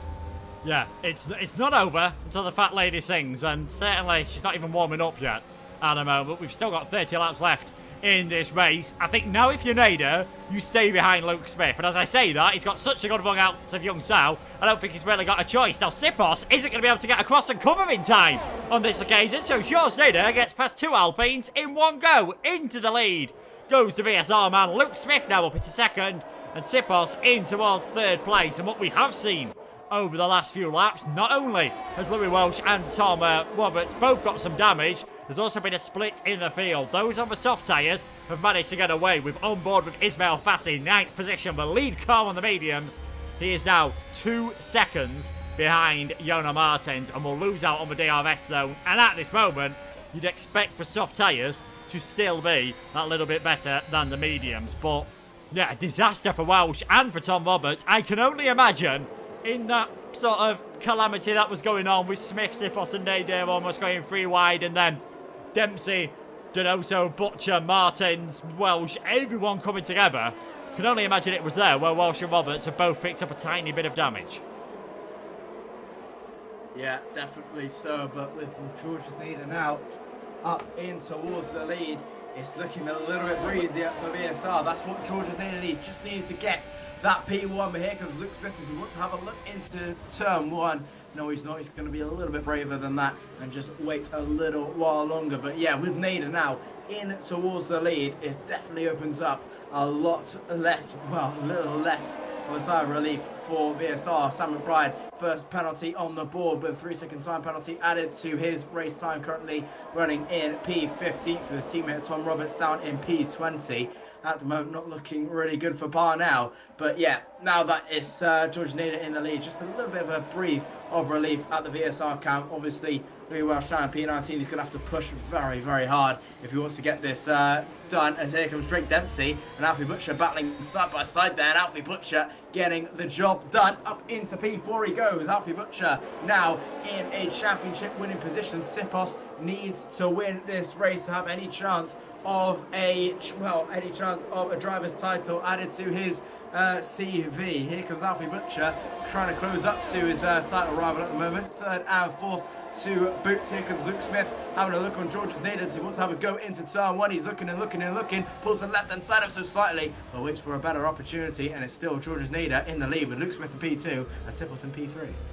Yeah, Nader still leading then at the moment. Sipos getting very close to the back of Luke Smith as Sam McBride retires in the pit lane then. So that is our first retirement of the final race of the season, and we are down to 19 drivers here already. And I don't think Louis Welsh, I should say, won't mind that at the moment. The more retirements for him, the easier it is for him to be able to get points in this race. And I think he's going to need a few more retirements, a safety car or something to happen if we are going to see Welsh get any points, especially if he picks up any more time penalties. McBride did get one earlier on. Louis Welsh now has a 3-second time penalty. All of a sudden, things are looking a lot more nervy in the VSR camp than they were at the start of this race. Nader doing enough at the moment. He knows if he wins the race, it doesn't matter what Smith and Sipos will do. VSR will take the title. He knows if he finishes in the top 5, that VSR will take the title. We'll just wait and see, though. Plenty of time for things to change, and I wonder if the lead is going to change on this occasion. Smith a lot closer, goes for the move this time in towards turn number 1, and very well done there from Luke Smith. I think tactically placing his car to try and allow Patrick Sipos to get through as well. Sipos was unable to do so, but door slammed shut in his face, and Alfie Butcher trying to get that done round the outside. That didn't work. And now all of a sudden the throttle is looking vulnerable to the Aston Martin. There's contact. They both go straight on. Thankfully, avoid hitting the wall. And Luke Donoso and Martins get ahead of the pair of them. Again, what's happening in between the Alpines and the McLaren of George Nader? That interesting tactical battle. In the end, it's for cars further down and who end up losing out. Yeah, it's getting very, very tight here.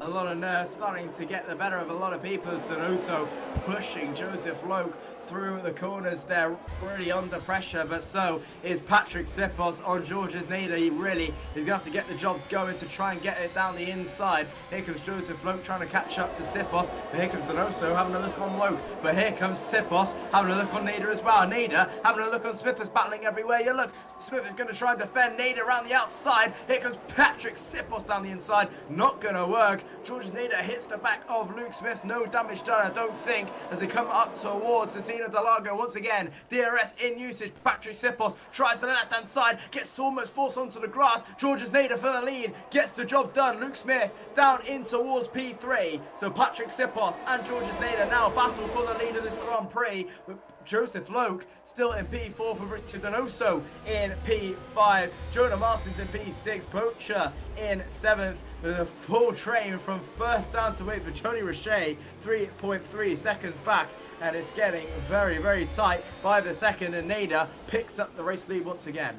Yeah, Nader just, he's not giving up at the moment, whereas a few other people I think would take it a bit more careful. He's definitely decided that the best form of defence is attack in this race, and he is attacking at every opportunity he gets. And on this lap, interestingly, I think you can see from his battery compared to Loke's when we were just on board with him, he's trying to burn as much of his ERS as possible. He's trying to build that 1 second gap.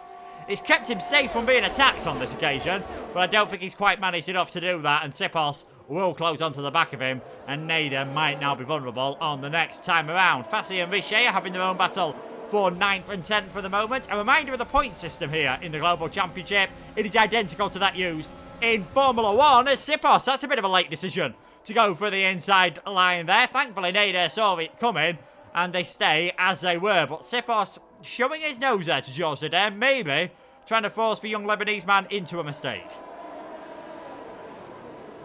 Yeah, definitely so. I think that's going to be Race Clutch's name of the game. Just make sure Nader makes a mistake at any opportunity to try and go through.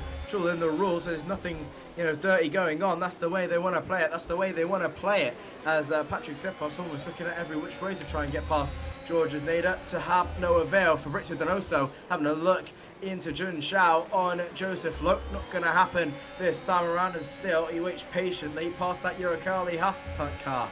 As Donoso really trying to pick up the pace. Luke Smith, however, and there goes Georges Nader, actually coming in towards the pits on lap 13 as Drake Dempsey joins him. 5-second penalty for Drake Dempsey for speed in the pit lane. So Drake Dempsey and Georges Nader are the first ones to pull the trigger in this race. Onto the medium compound tyres goes Georges Nader. Drake Dempsey joins him in P17. Right now, Race Clutch are your champions, but where will they come out when they make their pit stop? Smith and Sipos are really going to have to try and get their laps in very, very quickly now until their pit stops, and I wonder if we either see Sipos or Smith in this lap. I think you're definitely going to see one of them in.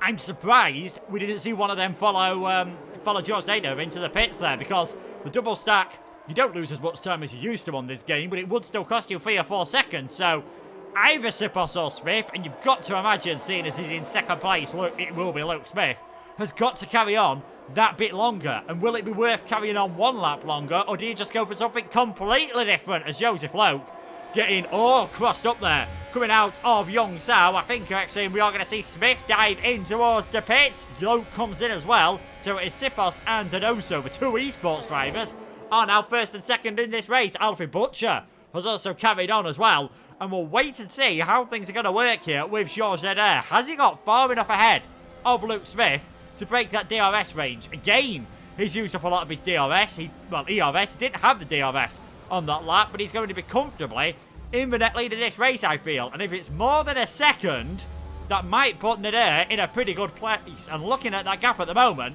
he's going to be comfortably more than a second ahead of the Alpine.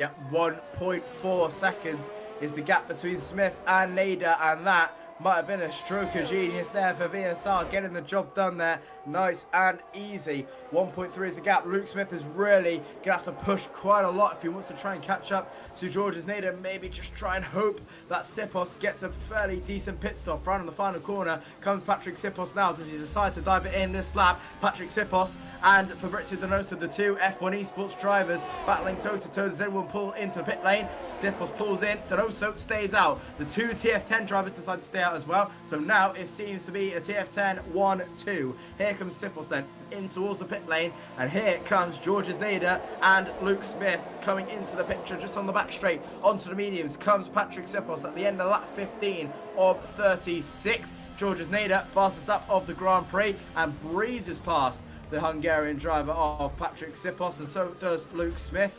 And Georges Nader has really pulled that off to a stroke of genius there. And actually, Patrick Sipos has lost out to Joseph Loke, and Yona Martins are going to be side by side actually, Martins and Sipos. And is it Martins' day at the moment? It's Martins' day, and Martins gets him past Sipos, Martins gets past Loke, and Loke gets past the both of them. Brilliant stuff there, and Joseph Loke now finds himself in a net P3.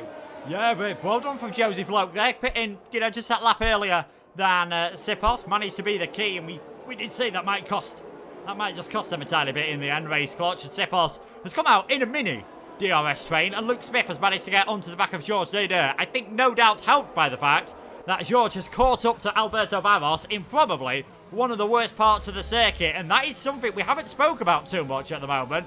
The traffic management you have to play around this track. If you catch up a slower car in Sector 2, you're going to spend a lot more time stuck behind them than if you catch up to it at this part of the circuit. And all of a sudden, Luke Smith is right back up in this, and that is Donoso who's gone round. Donoso making a big mistake coming out of Curva de Sol, and now he's got all the medium runners right on the back of him. So TF10 staying out longer, trying something different on the strategy, trying some teamwork, and that is another big name that is going to fall down the order here. Yeah, I'm not sure what happened there. I just saw a Ferrari covered in yellow into sector 1. Not sure what happened. Doesn't seem to be any damage, so maybe just losing it very, very violently. And that has cost Donoso a huge chunk of time to himself and Alfie Butcher there. Butcher now leads. It's so close between the two of them at one stage. And now Donoso is under reach behind, well, getting in front of Tony Richet as Joseph Loke and Luke Smith decide to battle away. That is not looking good. Luke Smith way down the order. What has happened to Luke Smith? He's well down the order. Luke Smith with front wing damage. What has happened to Luke Smith? He has front wing damage on that left end plate. And Luke Smith, that might be the championship over for Race Clutch. I do not believe what I've just seen. Luke Smith has damage, not sure where that came from, and Luke Smith in the pit lane. I do not believe it. We saw him briefly just hopping over the grass. I think we saw the tail end of whatever incident it was. But yeah, Luke Smith, he's got damage. He could put on another set of medium tyres, which probably will be the best choice at the moment. I know there we've got Sabrino has gone on a set of softs, which I think is a bit early, but yeah. I don't know if we got damage on the back of Nader, Barros, Sipos, Martins, Loke. They were all very close to each other, if we're being perfectly honest. And you can see they're still close to each other now, because Barros and Sipos are going side by side, and he's on the older tyres. And Alberto Barros is really fighting with these cars. It's annoying for them, but he's well within his rights to do so at the moment. He is not making it easy for them. What he has done, though, and what has happened in all of this chaos, carnage, goodness knows what else happened with Luke Smith, Georges Nader has a net 2.3 second lead. It's gone from looking very good for Race Clutch to looking very good for VSR all of a sudden. Yeah, definitely so. VSR are looking a little bit better at the moment. Georges Nader currently in P1 as Nicholas Lindberg comes in towards the pits. Patrick Sipos right now, even if he does get that P1, it's not going to be enough. Georges Nader right now 2 seconds clear of Joseph Loke, who's currently sitting in a net P2, and Luke Smith is right at the back of the field, 33 seconds back on Sergio Sabrino and Nicholas Lindberg. It's been a horrid lap for Luke Smith, and you do not want to get there. That's just so unfortunate for Luke Smith and so unfortunate for Race Clutch. And now they're going to have to hope and pray for a safety car that happens. Georges Nader has disconnected. Hopefully he can try and get back as quickly as possible. He won't be allowed back in. Worst idea. No, he won't be allowed back in. I do not believe it. Nader's out of this race. Georges Nader is out of this race all of a sudden. Well, I see the pendulum swings.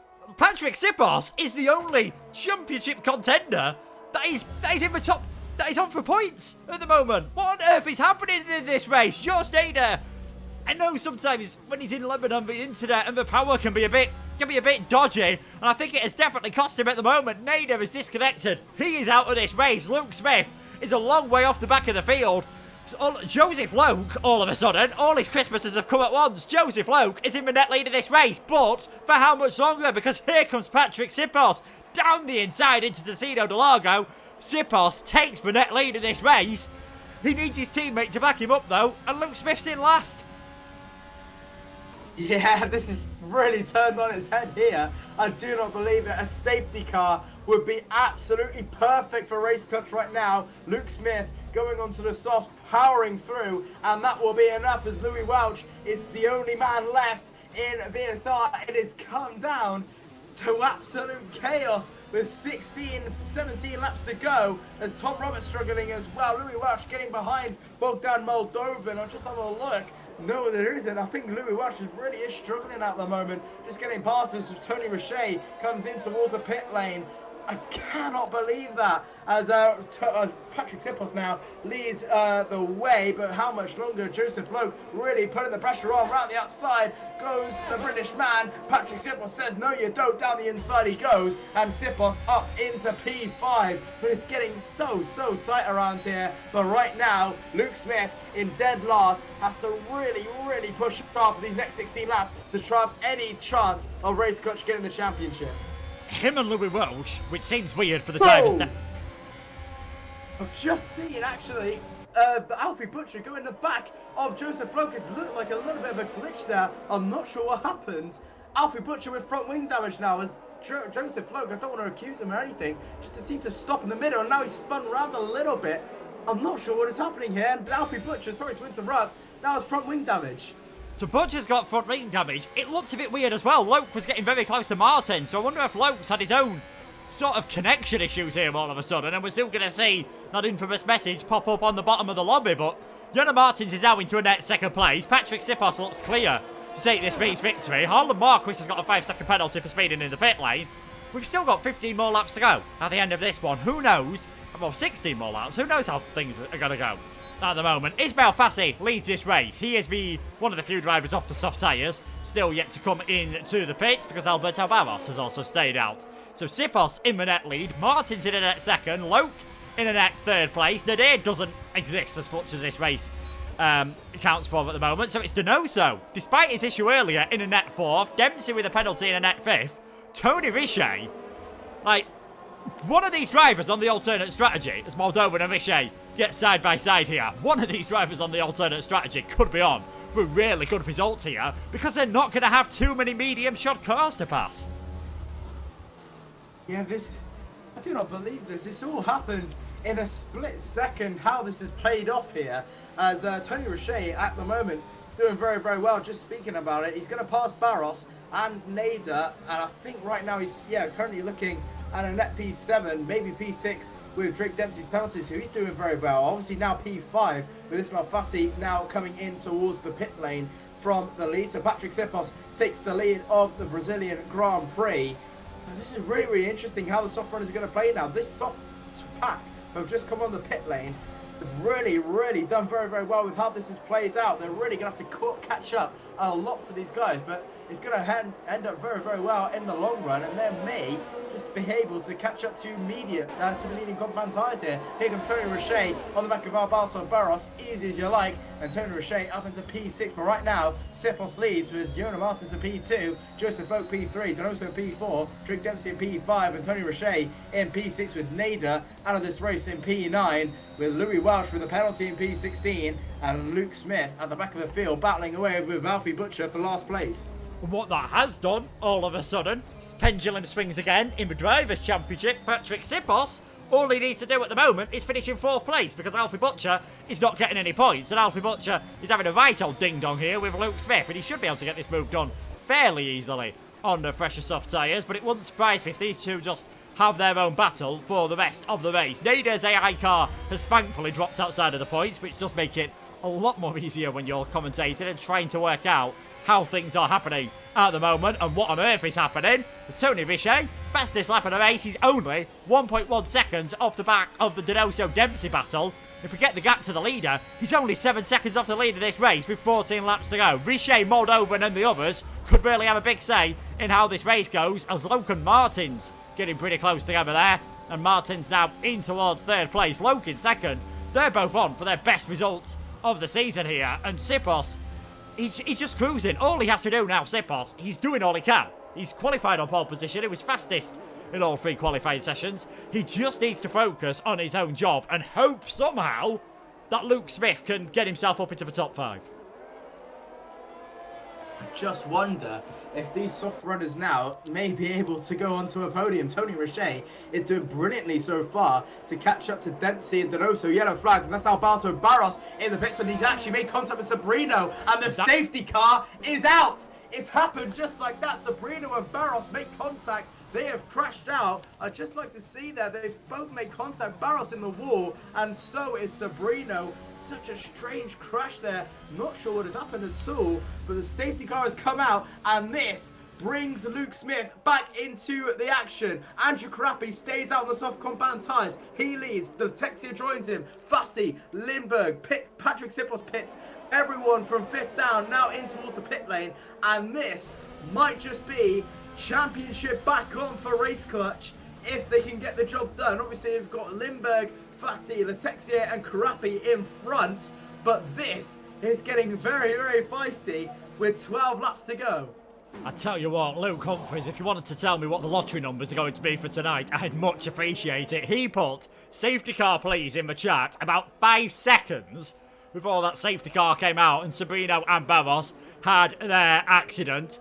A few drivers have stayed out there.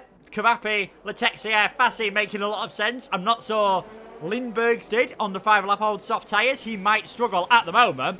Fabrizio Donoso is showing on being on a set of medium tyres. I hope for his sake that is a glitch, because otherwise he is going to drop a long, long way down the order in this race.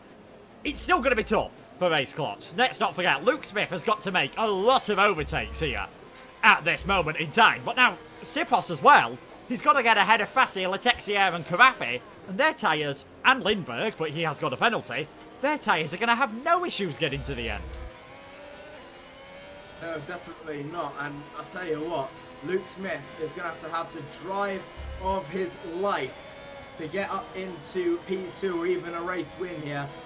Race Clutch need a 1-2. Right now a 1-3. It could be on. It is definitely on at the moment. If they can get the job done, a 1-3 can still be possible, but it's going to have to be the drive of Luke Smith's life to get up into towards the podium here, but this is going to get so close. Andrew Karapi and Jean-Christophe Letexia and Ismail Fassi could potentially be on for a race win here. They got Patrick Sipos behind, Luke Smith, Jonah Martin, I can't even speak today. Jonah Martins, Joseph Lowe, Fabrizio Donoso, Tony Richey, Bogdan Moldovan, Drake Dempsey, Louis Welsh behind. It's going to be very, very tight to hold them off, but it's definitely possible. Obviously, Nicholas Lindbergh with a penalty is not going to help his causes. Luke Smith actually pits again. I'm not sure what happened to him, as we're going to have to go a long, long way for another safety car. I think we may go either this lap or the next, so 10 laps will be it. A 10-lap sprint to the finish. And if we thought Abu Dhabi in real life was a little bit interesting, this got a little bit more interesting. Always seems to be the season finales at Brazil that get a little bit heated. Every single commentary role I do, it gets quite heated near the end, but we'll have to wait and see. Andrew Karapi and Jean-Christophe Letexia and Ismail Fassi could be on for a race win here. He could indeed. He's not looking bad at all. Karapi, he's up there as well. Letexia, Fassi was the second fastest driver, I think, in, well, he was in Q2, obviously, 12th position he managed to get, so was quite high up there, and went long on the soft tyres, which has proved to be the thing to do. And now it is all up to Andrew Karapi to lead the field round and just see what can happen for this safety car restart. We are going to have 11 electrifying laps to decide the destination of the Global Championship powered by GT Omega. All bets are off, people. I think given the way this race has gone already, we don't dare predict what is going to happen. Karapi gets a bit of wheel spin, leads them away, but that is a pretty good restart. Fassi tries to follow as well, but of course just has to try and sit behind Letexia. It's a textbook restart for Karapi. Fassi around the outside of Letexia. Sipos and Lindbergh battling for their swerve, and Sipos has already made one move. Can he make a move on the Williams as well, as we now head down to Ciudad del Lago for the first time? Here comes Patrick Sipos down the inside. The Race Clutch driver's already into third, and Letexia has gone way off track. He's going to drop towards the back of the field. Karapi, Fassi, Sipos, Lindbergh, Loke, all your top 5. Louis Welsh is just outside the points, and Luke Smith, he is down in 16th. Now, he's always into the back of Alfie Butcher, goes Luke Smith, a bit of contact with him. And Harlan Marquis, he's the one who needs to make some moves, as Donoso is now round. My goodness me, it's all kicking off here. Wow, that was a very, very tense restart. Luke Smith up a couple of positions. He needs a little bit more at the moment down the inside. On Tom Roberts, not going to happen. A little bit more contact once again as Tom Roberts goes very, very, very severely off track there, which allows Harlan Marquis to have a little bit of a look. Jonah Martins gets past Nicholas Lindberg. There's they go side by side. Luke Smith versus Harlan Marquis versus Tom Roberts, and Harlan Marquis. Here comes Luke Smith round the outside of Roberts. Side by side action does Luke Smith. He has to get this done if he wants a chance at the title. With the race clutch, they go side by side. The Brits go side by side once again. Smith versus Roberts. Roberts versus Smith. Smith round the outside gets the job done. Up into P12 goes Luke Smith. His next target, Jean-Christophe Letexia, who's battling away with Drake Dempsey. He's really going to have to push a lot harder now, as so is his teammate Patrick Sipos, who's stuck behind Ismail Fassi and Andrew Karapi. He needs a little bit more in the tank to try and get going, but right now Louis Welsh in P9. Right now it's not going to be, well, it is going to be enough with Patrick Sipos not winning the race, and with Luke Smith out of the points, it's getting quite close here.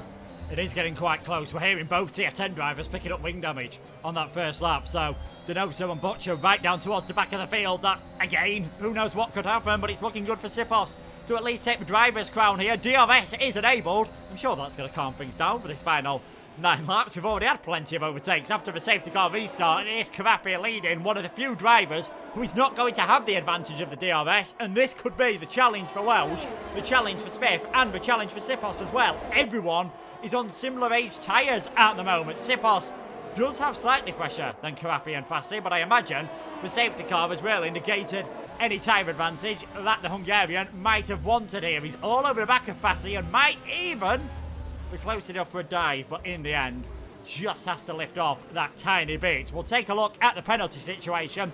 3 seconds for Lindberg, Welsh and Roberts. That means Louis Welsh, as things stand, would drop outside the points, but it's still looking pretty good for VSR. If Sipos doesn't get to the lead, it doesn't matter what else happens. VSR take this title. He's got 8 laps to make 2 overtakes. Luke Smith's got 8 laps to make about 8 overtakes.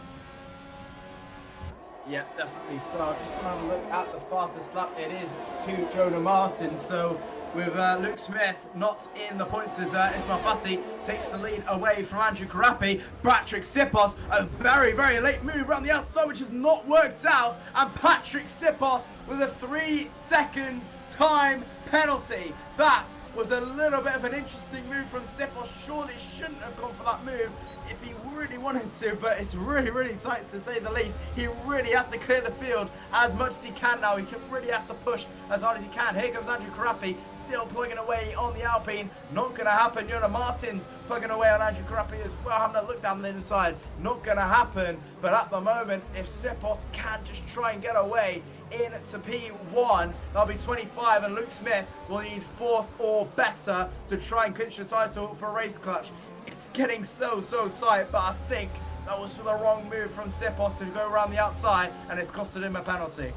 It's cost him a penalty, which I think he might get removed, just him and Karapi. I say he might get it removed. It's not like he just went off track. He cut the corner and then didn't give the move back to Karapi, so that might end up costing him in the end. It looks like he is going to try and go for the lead in this race here. Down the inside into turn number 1 goes Patrick Sipos. He is now up into the lead of the Brazilian Grand Prix and needs to try and get away by 3 seconds. And Fassi, Karapi, Martins, Loke, basically everyone in the train behind him will be determined to try and see what could happen here. Here comes Louis Welsh, though. He's on the back of Tony Richet at the moment, and you never know, he could still get some points. He could still have a say in what is going to happen tonight, and that is a very nice move there by Louis Welsh. Tony Richet probably should have given that one up a bit earlier than he did. He ends up losing out to Drake Dempsey. So Welsh is now in 8th place.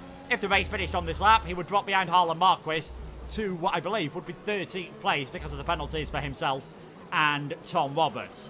No point trying to calculate that, I don't think, until we get right towards the checkered flag. And Sipos, he's now going to try and break away. It's if you're Ismail Fassi, do you let him go? Or do you try and battle to win this on track as well, knowing that there's always a possibility, no matter how slim, that Sipos could get that 3 seconds removed. Yeah, right now Patrick Sipos will be finishing P8 at the moment with Louis Welsh obviously getting that penalty. It will be P8 for Patrick Sippos, which is not going to be enough at this moment in time. He's going to need a little bit more in the tank. With only 5 laps to go, he's going to need to push as hard as he's ever pushed before. This might be a little bit of a harder task than it is in F1 Esports to try and plug away. Obviously, the esports grid is already stacked enough. This is pretty intense as well, as Luke Smith all over the back of Jean-Christophe Letexier goes for that move down the inside. That's P11 for Luke Smith, and the points going to Race Clutch at the moment with a few penalties in line. Nicholas Lindberg in P6, Louis Welsh in P8. That's going to be P9 at best for Smith at the moment. He needs a little bit more. He needs a little bit more at the moment in time. Couldn't quite think about how much he needed. It's Jonah Martins and Andrew Karapi battling away 3rd and 4th. Martins round the outside. Andrew Karapi says, no you don't. Down the inside it goes Karapi. A little bit of an interesting move there from Martins. Gets the job done. Joseph Loke now all over the back of his teammate Karapi and all over the back of Martins. Andrew Karapi to the right. Here comes Joseph Loke to join him, and they get them the both. Andrew Karapi into P4, making Joseph Loke into P3 at the moment. Round the outside goes Loke. Andrew Karapi tries to join him. Not going to happen. Loke into P3. Karapi into P4. Jonah Martins trying to catch up into P5. Can't get it done. As Rick Dempsey gets the job done on Louis Welsh. And it's all really kicking off now with about 4 laps to go. It is. I think Smith needs to get into 5th place. Well, I think actually, without the fastest lap, he needs to get up into 4th place at the moment, and that's with Welsh not scoring any points, and that's assuming Sippos can get 3 seconds away.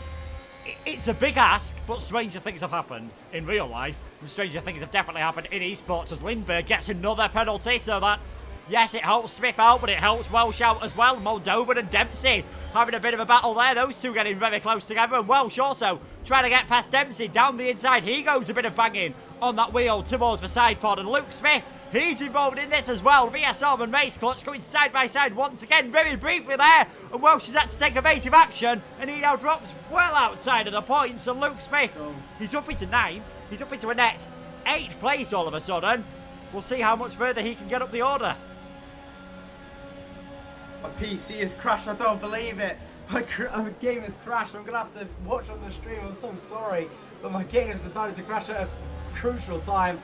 That is just fantastic and typical of this F1 game, and probably my PC as well. But oh my goodness me, we're gonna have to try and see on the live stream anyway, as Luke Smith really plugging away on Drake Dempsey down there inside. It's not gonna work, and there he goes, actually up into P8 he goes. Luke Smith up into P8, which is now a P6. With regarding that Patrick Sippos can get 3 seconds away. I doubt he can at this moment in time, but it's going to be a very tight nevertheless. He's going to try his best down on the inside on Karapi. Not going to be enough this time around, but it's going to be very tight near the end with 3 laps to go. Yeah, yellow flag in sector 2. That's Letexier who has gone round then. Smith needs to get at the front of this train and then onto the back of Jonah Martins and overtake Jonah Martins at the moment. It's going to be tough as Smith nearly loses it. Coming through Young Cell. He's definitely determined on the throttle there. Not going to plan for him. Donoso retires from the session. I think that's going to be too late to cause a safety car or cause any other issues. As you see there, Moldovan getting overtaken by Nicholas Lindbergh. There comes Luke Smith down the inside of Andrew Karapi. You've still got this entire train behind him at the moment. 3 to go. All the action is kicking off. Donoso out of this race then. We've still got the Drivers' Championship to go with at the moment, and Sippos is currently on to win that, barring any additional penalties he might get for cutting over the corner at turn number 1 at the centre S, as Richet and Welsh are having their own little battle here. Welsh just, he can't do enough at the moment. I think he is still on to get a point because of how close he is to the back of Nicholas Lindbergh, but that could all change in this final 2 and a bit laps. And out in front, Fassi, still on the back of Sippos, still on for his first win in this series.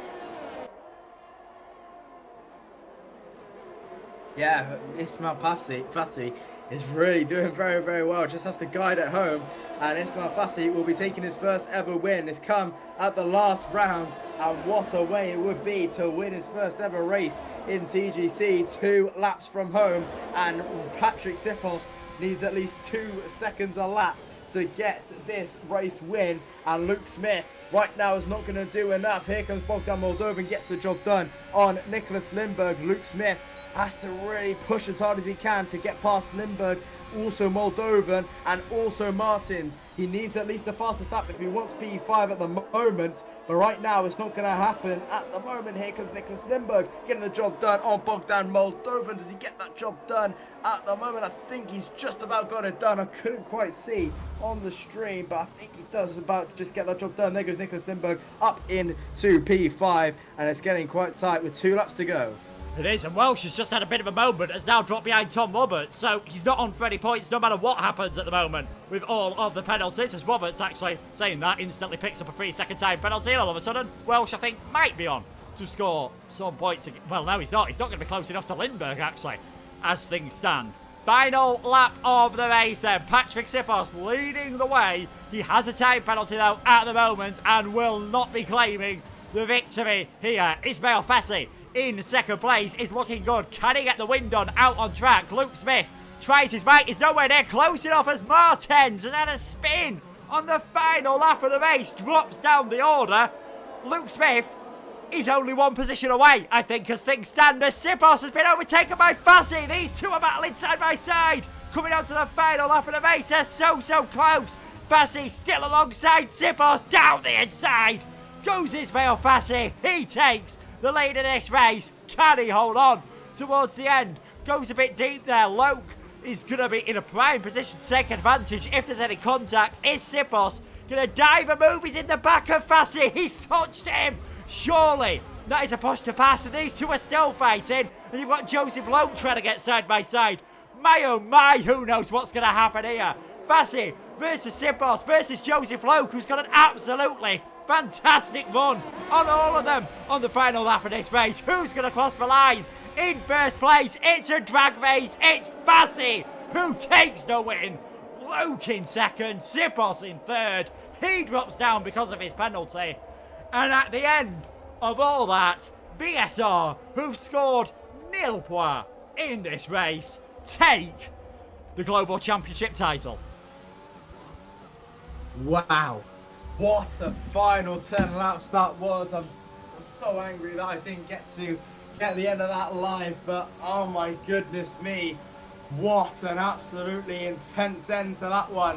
And it's Ismail Fassi who takes the his first ever victory in TGC and FBR's first ever win this season. What a race that was. And it's ended with VSR taking the point, well, getting no points, and they are the world champions. I do not believe that Luke Smith, if Patrick Sipos did not get that penalty, that would have been enough. I think maybe just about equal points. That may have been enough. He got the fastest, if he could get the fastest lap at the end.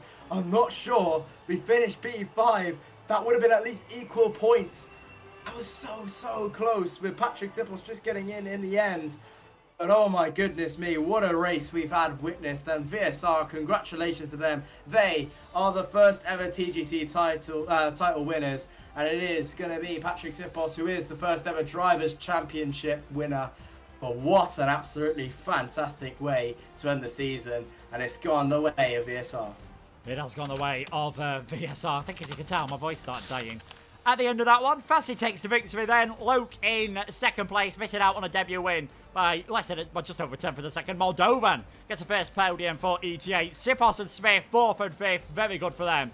Just not quite enough in the end. Martins, Richet, Dempsey, Karapi, Lindbergh round out the points. Welsh missing out after a bit of a action-packed race. Roberts in 12th place, and you can see the rest of the results there. We're going to have a short break, and hopefully we'll be back with some interviews. See you in a moment. What?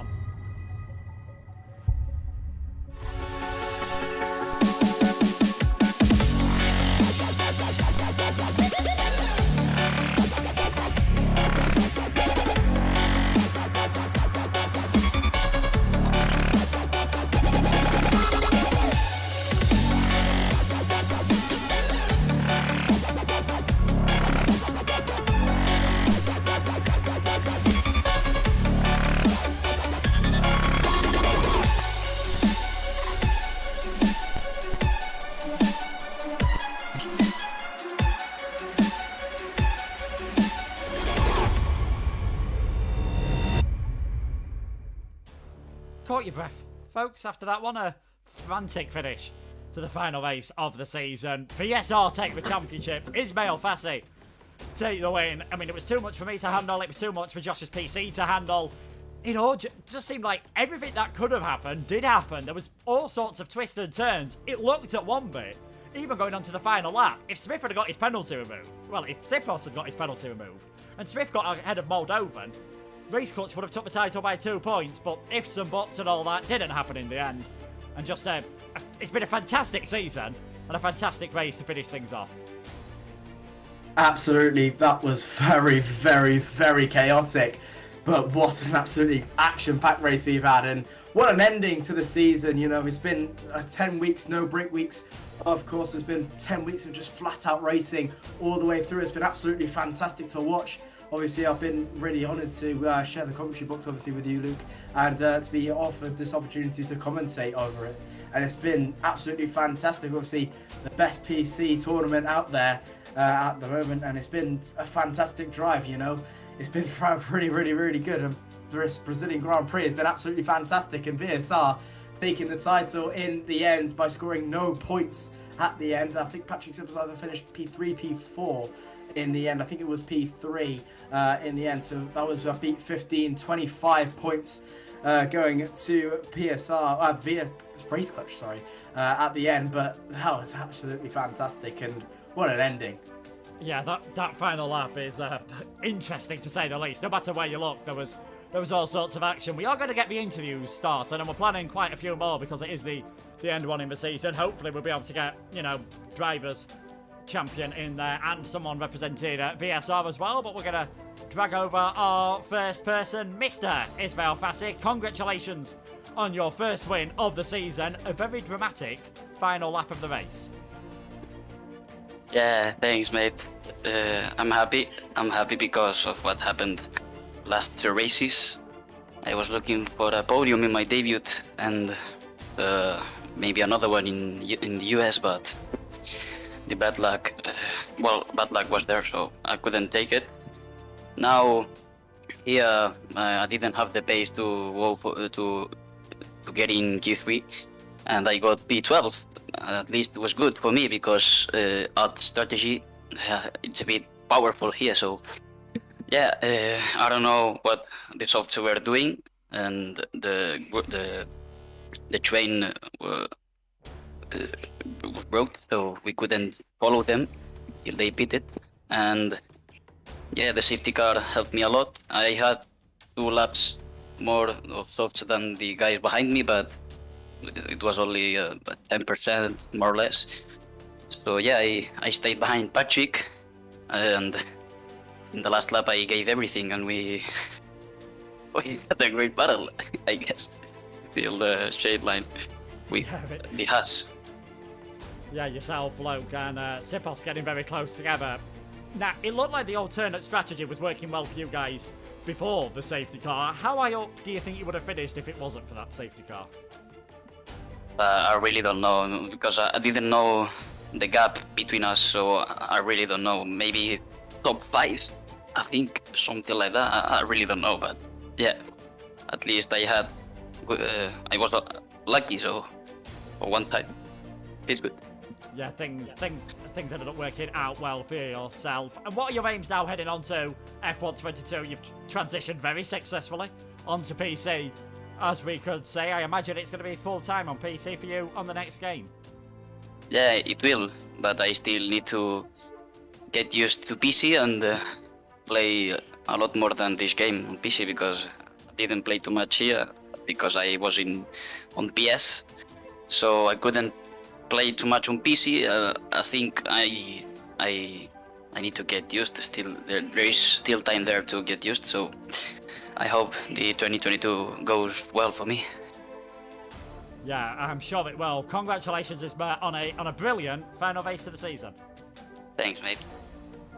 We're now gonna bring in the man who scored his and his team's first podium of the season, Bogdan Moldovan. And Josh, why don't you take this one? Bogdan, first podium for ETA and the first podium for yourself. That's got to be a very nice feeling. Yeah, I'm really happy with the race. the quali was so bad. We did a gamble on that softish tire, but yeah, it didn't work for us. Started really bad. But after that, we started claiming up the order, P16, P10, P8, P7, and in the end, a podium. And who knows, maybe if the guys in front get penalized, we could even win. Yeah, absolutely. It was really tight near the end between yourselves, Patrick Sipos, Joseph Loken, also with Isma Fassi. And obviously, without that safety car, where do you think you probably could have finished? Without a safety car, I think P6 or P5 would be the best. But yeah, the safety car brought up good opportunities for us. Sadly, the safety car was brought by Sergio, my teammate, but yeah, it happens. So as I said, really happy with the result. Hoping for penalties up in front, and let's see. Absolutely. Well, now going on to the F1 22 again. Obviously, that releases in about a week and a bit. Now, are you excited for the future? Do you think you'll be still staying the ET8 and still getting a lot of tournament action going in?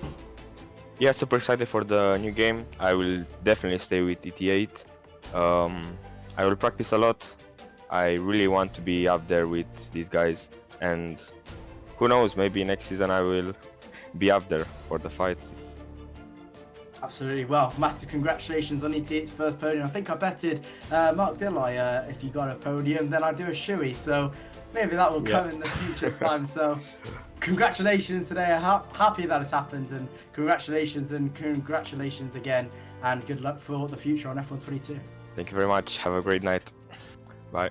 Yeah, congrats to Bogdan on his first podium of the season. It was the second podium in a row for PSR, and this time it was Joseph Loke finishing in second place. And Joseph, a fantastic race from yourself. So close, though, to getting that victory. Yeah, I really wanted it, man. I really wanted it. Yeah, obviously, I'm so new to PC. Obviously, just doing TGC to get a bit of experience before next game. And yeah, I was quite surprised. My pace felt really strong. I think I did lack over the course of the race, like George's, Luke, things like that. But I think, yeah, you've got to be in it to win it at the end. And obviously, there was a lot of incidents here and there. Obviously, George's disconnection. So, yeah, I think overall, I'm quite happy with that race. And obviously, P2 is not exactly a bad result either. No, P2, a very good result for yourself. Tell us what happened partway through the race. It almost looked like you were about to disconnect from the lobby. You seem to be driving around a bit slow at one point. Did you have some technical problem? Yes, so out of turn 4, I think it is, for some reason my wheel just completely disconnected from my PC for like a split second and just basically went full brake, full accelerator and full lock left. And then when it then reconnected after like a second or something, it was then like maximum force feed back to the right. So that's where Alfie got his damage as well from the back of me. So yeah, I can only apologise for that, but obviously it's something out of my control. But yeah, just I had to basically pause the game, restart my whole wheel, things like that, and it did lose me a few seconds. So, but yeah, luckily we were able to carry on and still keep ourselves within the fight. Yes. Now, obviously, you know, a lot of people here splitting the racing here at TGC with real life, whether that be school or work. You're splitting it with real life racing as well. Just how hard is it to keep that balance up? Well, obviously I'm away from home a lot of the time with real life, so it does mean that I don't get as much time to play the game. I did have like over the winter, I basically just sat on the game and had no life, so that's where most of my pace came from. But yeah, you have to obviously find a balance. I've got to do a lot of fitness work for F4, things like that. So yeah, it's quite tricky to balance it all, but at the moment it seems to be working quite well. Yeah, definitely. Well, definitely hasn't harmed you tonight. Congratulations on your best result of the season. Thank you very much. Unfortunately, I don't think we are going to be able to hear from Patrick Sipos, but seeing as VSR won the title, I think it's only right that we interview someone from them. Didn't go the greatest for their drivers today, but VSR did enough to claim the title. We've got Brett Koch, the manager of Visceral Racing, here with us. And Josh, take it away. It's another title for VSR. That's got to be a very pleased performance from your perspective. I mean, I'm gonna be honest. I'm very ill today. Just to get that off the like on paper. But no, can I just say, like, I'm very proud of the guys that have really put in the work this season. Everyone's been so dedicated, and it definitely wouldn't be possible if we didn't have the drivers putting in the work every day, you know. I think there was so many kind of unknowns going into the season, and kind of towards the end of the season there as well, it was all over the place. And I think today, you know, maybe stuff can change. I don't exactly know what's going to happen, but I believe we are champions at the moment. I don't know if one of you can confirm. Yes, you are.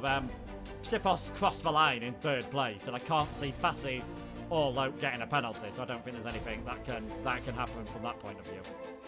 Okay. Well, I mean, then if I'm not going to say anything now, because obviously we don't know what can happen.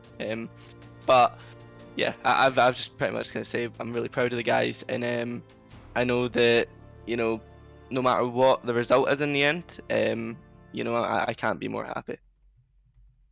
Absolutely. I think next question is probably going to be, what was probably your standout point of the season? Obviously, China was an absolutely fantastic achievement from you guys. Do you think that was probably the highlight of the season for you guys? I mean, yeah, it was kind of a tactical masterclass, to be honest.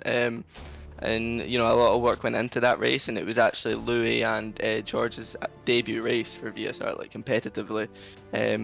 So it was, you know, it couldn't have went better. And I just remember how you know, excited the lads were after that result, because it had been coming, you know. I think, you know, earlier in the season we had a kind of tough moment where we were losing a bit of momentum in terms of, you know, where we kind of had a big gap at the beginning and it fell behind. So to then, you know, switch back on and then increase the gap again, I think that's just proved how much we actually deserve this. Absolutely. Well, obviously going on to the next game in about a week and a bit, F1 22. Are you excited for VSR's future? I'm always excited. It'll be a lot of hard work, and I'm sure we'll see plenty of new talents arise, and yeah, it's going to be a very exciting time for everyone, I think. Absolutely. Well, massive congratulations to you guys tonight. You are the provincial world champions. Massive congratulations and good luck for the rest of the future. Yes, thank you. Yeah, thanks to Brett for joining us, and thanks obviously for Josh, Bogdan, and well, Joseph, sorry, I should say, Bogdan and Isma for joining us as well. It was a brilliant race and a brilliant season. Certainly not without its controversial moments, and I think it was only fitting that the championship went on right towards the end. Possibly, we could say, even towards the final 100 metres. Absolutely. Championship really went down to the final piece of asphalt there, which is absolutely what you love to see in league racing. Obviously, you want to see it in real life as well. The championship go right down to the wire. You love to see it all the time. So it was really, really good to see that that did happen. Obviously, there were a few opportunities for VSR to take the title earlier. Obviously, USA was an opportunity, and again, I think Mexico might have been an opportunity as well, but just obviously the way things went just didn't really happen. But they got the job done in the end. Obviously, it was a mountain to climb for Race Clutch. They've been probably the best competitors out there to VSR, and again with TF10, but obviously a few issues happened with that at Mexico, which probably stopped them from winning the title. But it was a fantastic season all the way through, with the best teams on the Formula One game, the best drivers on the game, and you love to see a sort of championship like this. So it's been an absolute honour to commentate over this. Hopefully we get to do it again sometime around. But yeah, it's been fantastic to commentate over, and it's been a fantastic season, and VSR have been great victors. Yeah, the champions probably not in the easiest way tonight, with George's disconnection, which I can confirm was due to a power cut. So that is why he disconnected from the lobby, and Louis getting damage, and Race Clutch as well, not having it in the raw way, with Luke Smith getting damage. And Alfie Butcher, 2 broken front wings, one because of, as we heard there, a wheel disconnection for Joseph Loke meant his car basically, he lost control of it and Alfie smashed into the back of him. And then a second one under the safety car. He must be gutted with how things have gone, but a bit like Isma, a bit like George, a bit like a lot of these drivers, he's made a fantastic name for himself in this championship, and will certainly be one to watch in the future. Absolutely. So it's been brilliant to see all of these guys, if I'm being honest. Everyone going well, and obviously Alfie Butcher as well, doing very, very well. Again, Luke Smith, another poised person to pick out, and a lot of these young talents, you can definitely do well in esports to come. Obviously, when they get that time to their age where they can register for the Challengers Series, they can definitely do very, very well. So it's always really exciting to see these sort of guys that come from the Xbox scene and on the PlayStation scene and come to make themselves a really big name in PC. It's really, really great to see. So hopefully we see more of the likes of these guys, Alfie Butcher, Isma Fassi, and a lot of these other guys, Tom Roberts as well, who's recently moved from PlayStation to PC. You really like to see them. So hopefully they can really do make I can't speak today. Really do make themselves well on the PC and do very, very well in other leagues they do, and again with esports tournaments. So it's been great to see them progress all the way through, and hopefully they do very, very well on the new game on F1 22. Yeah, we'll wait for that new game. But for now, and as Brett was, I think, quite wisely saying, it is provisional.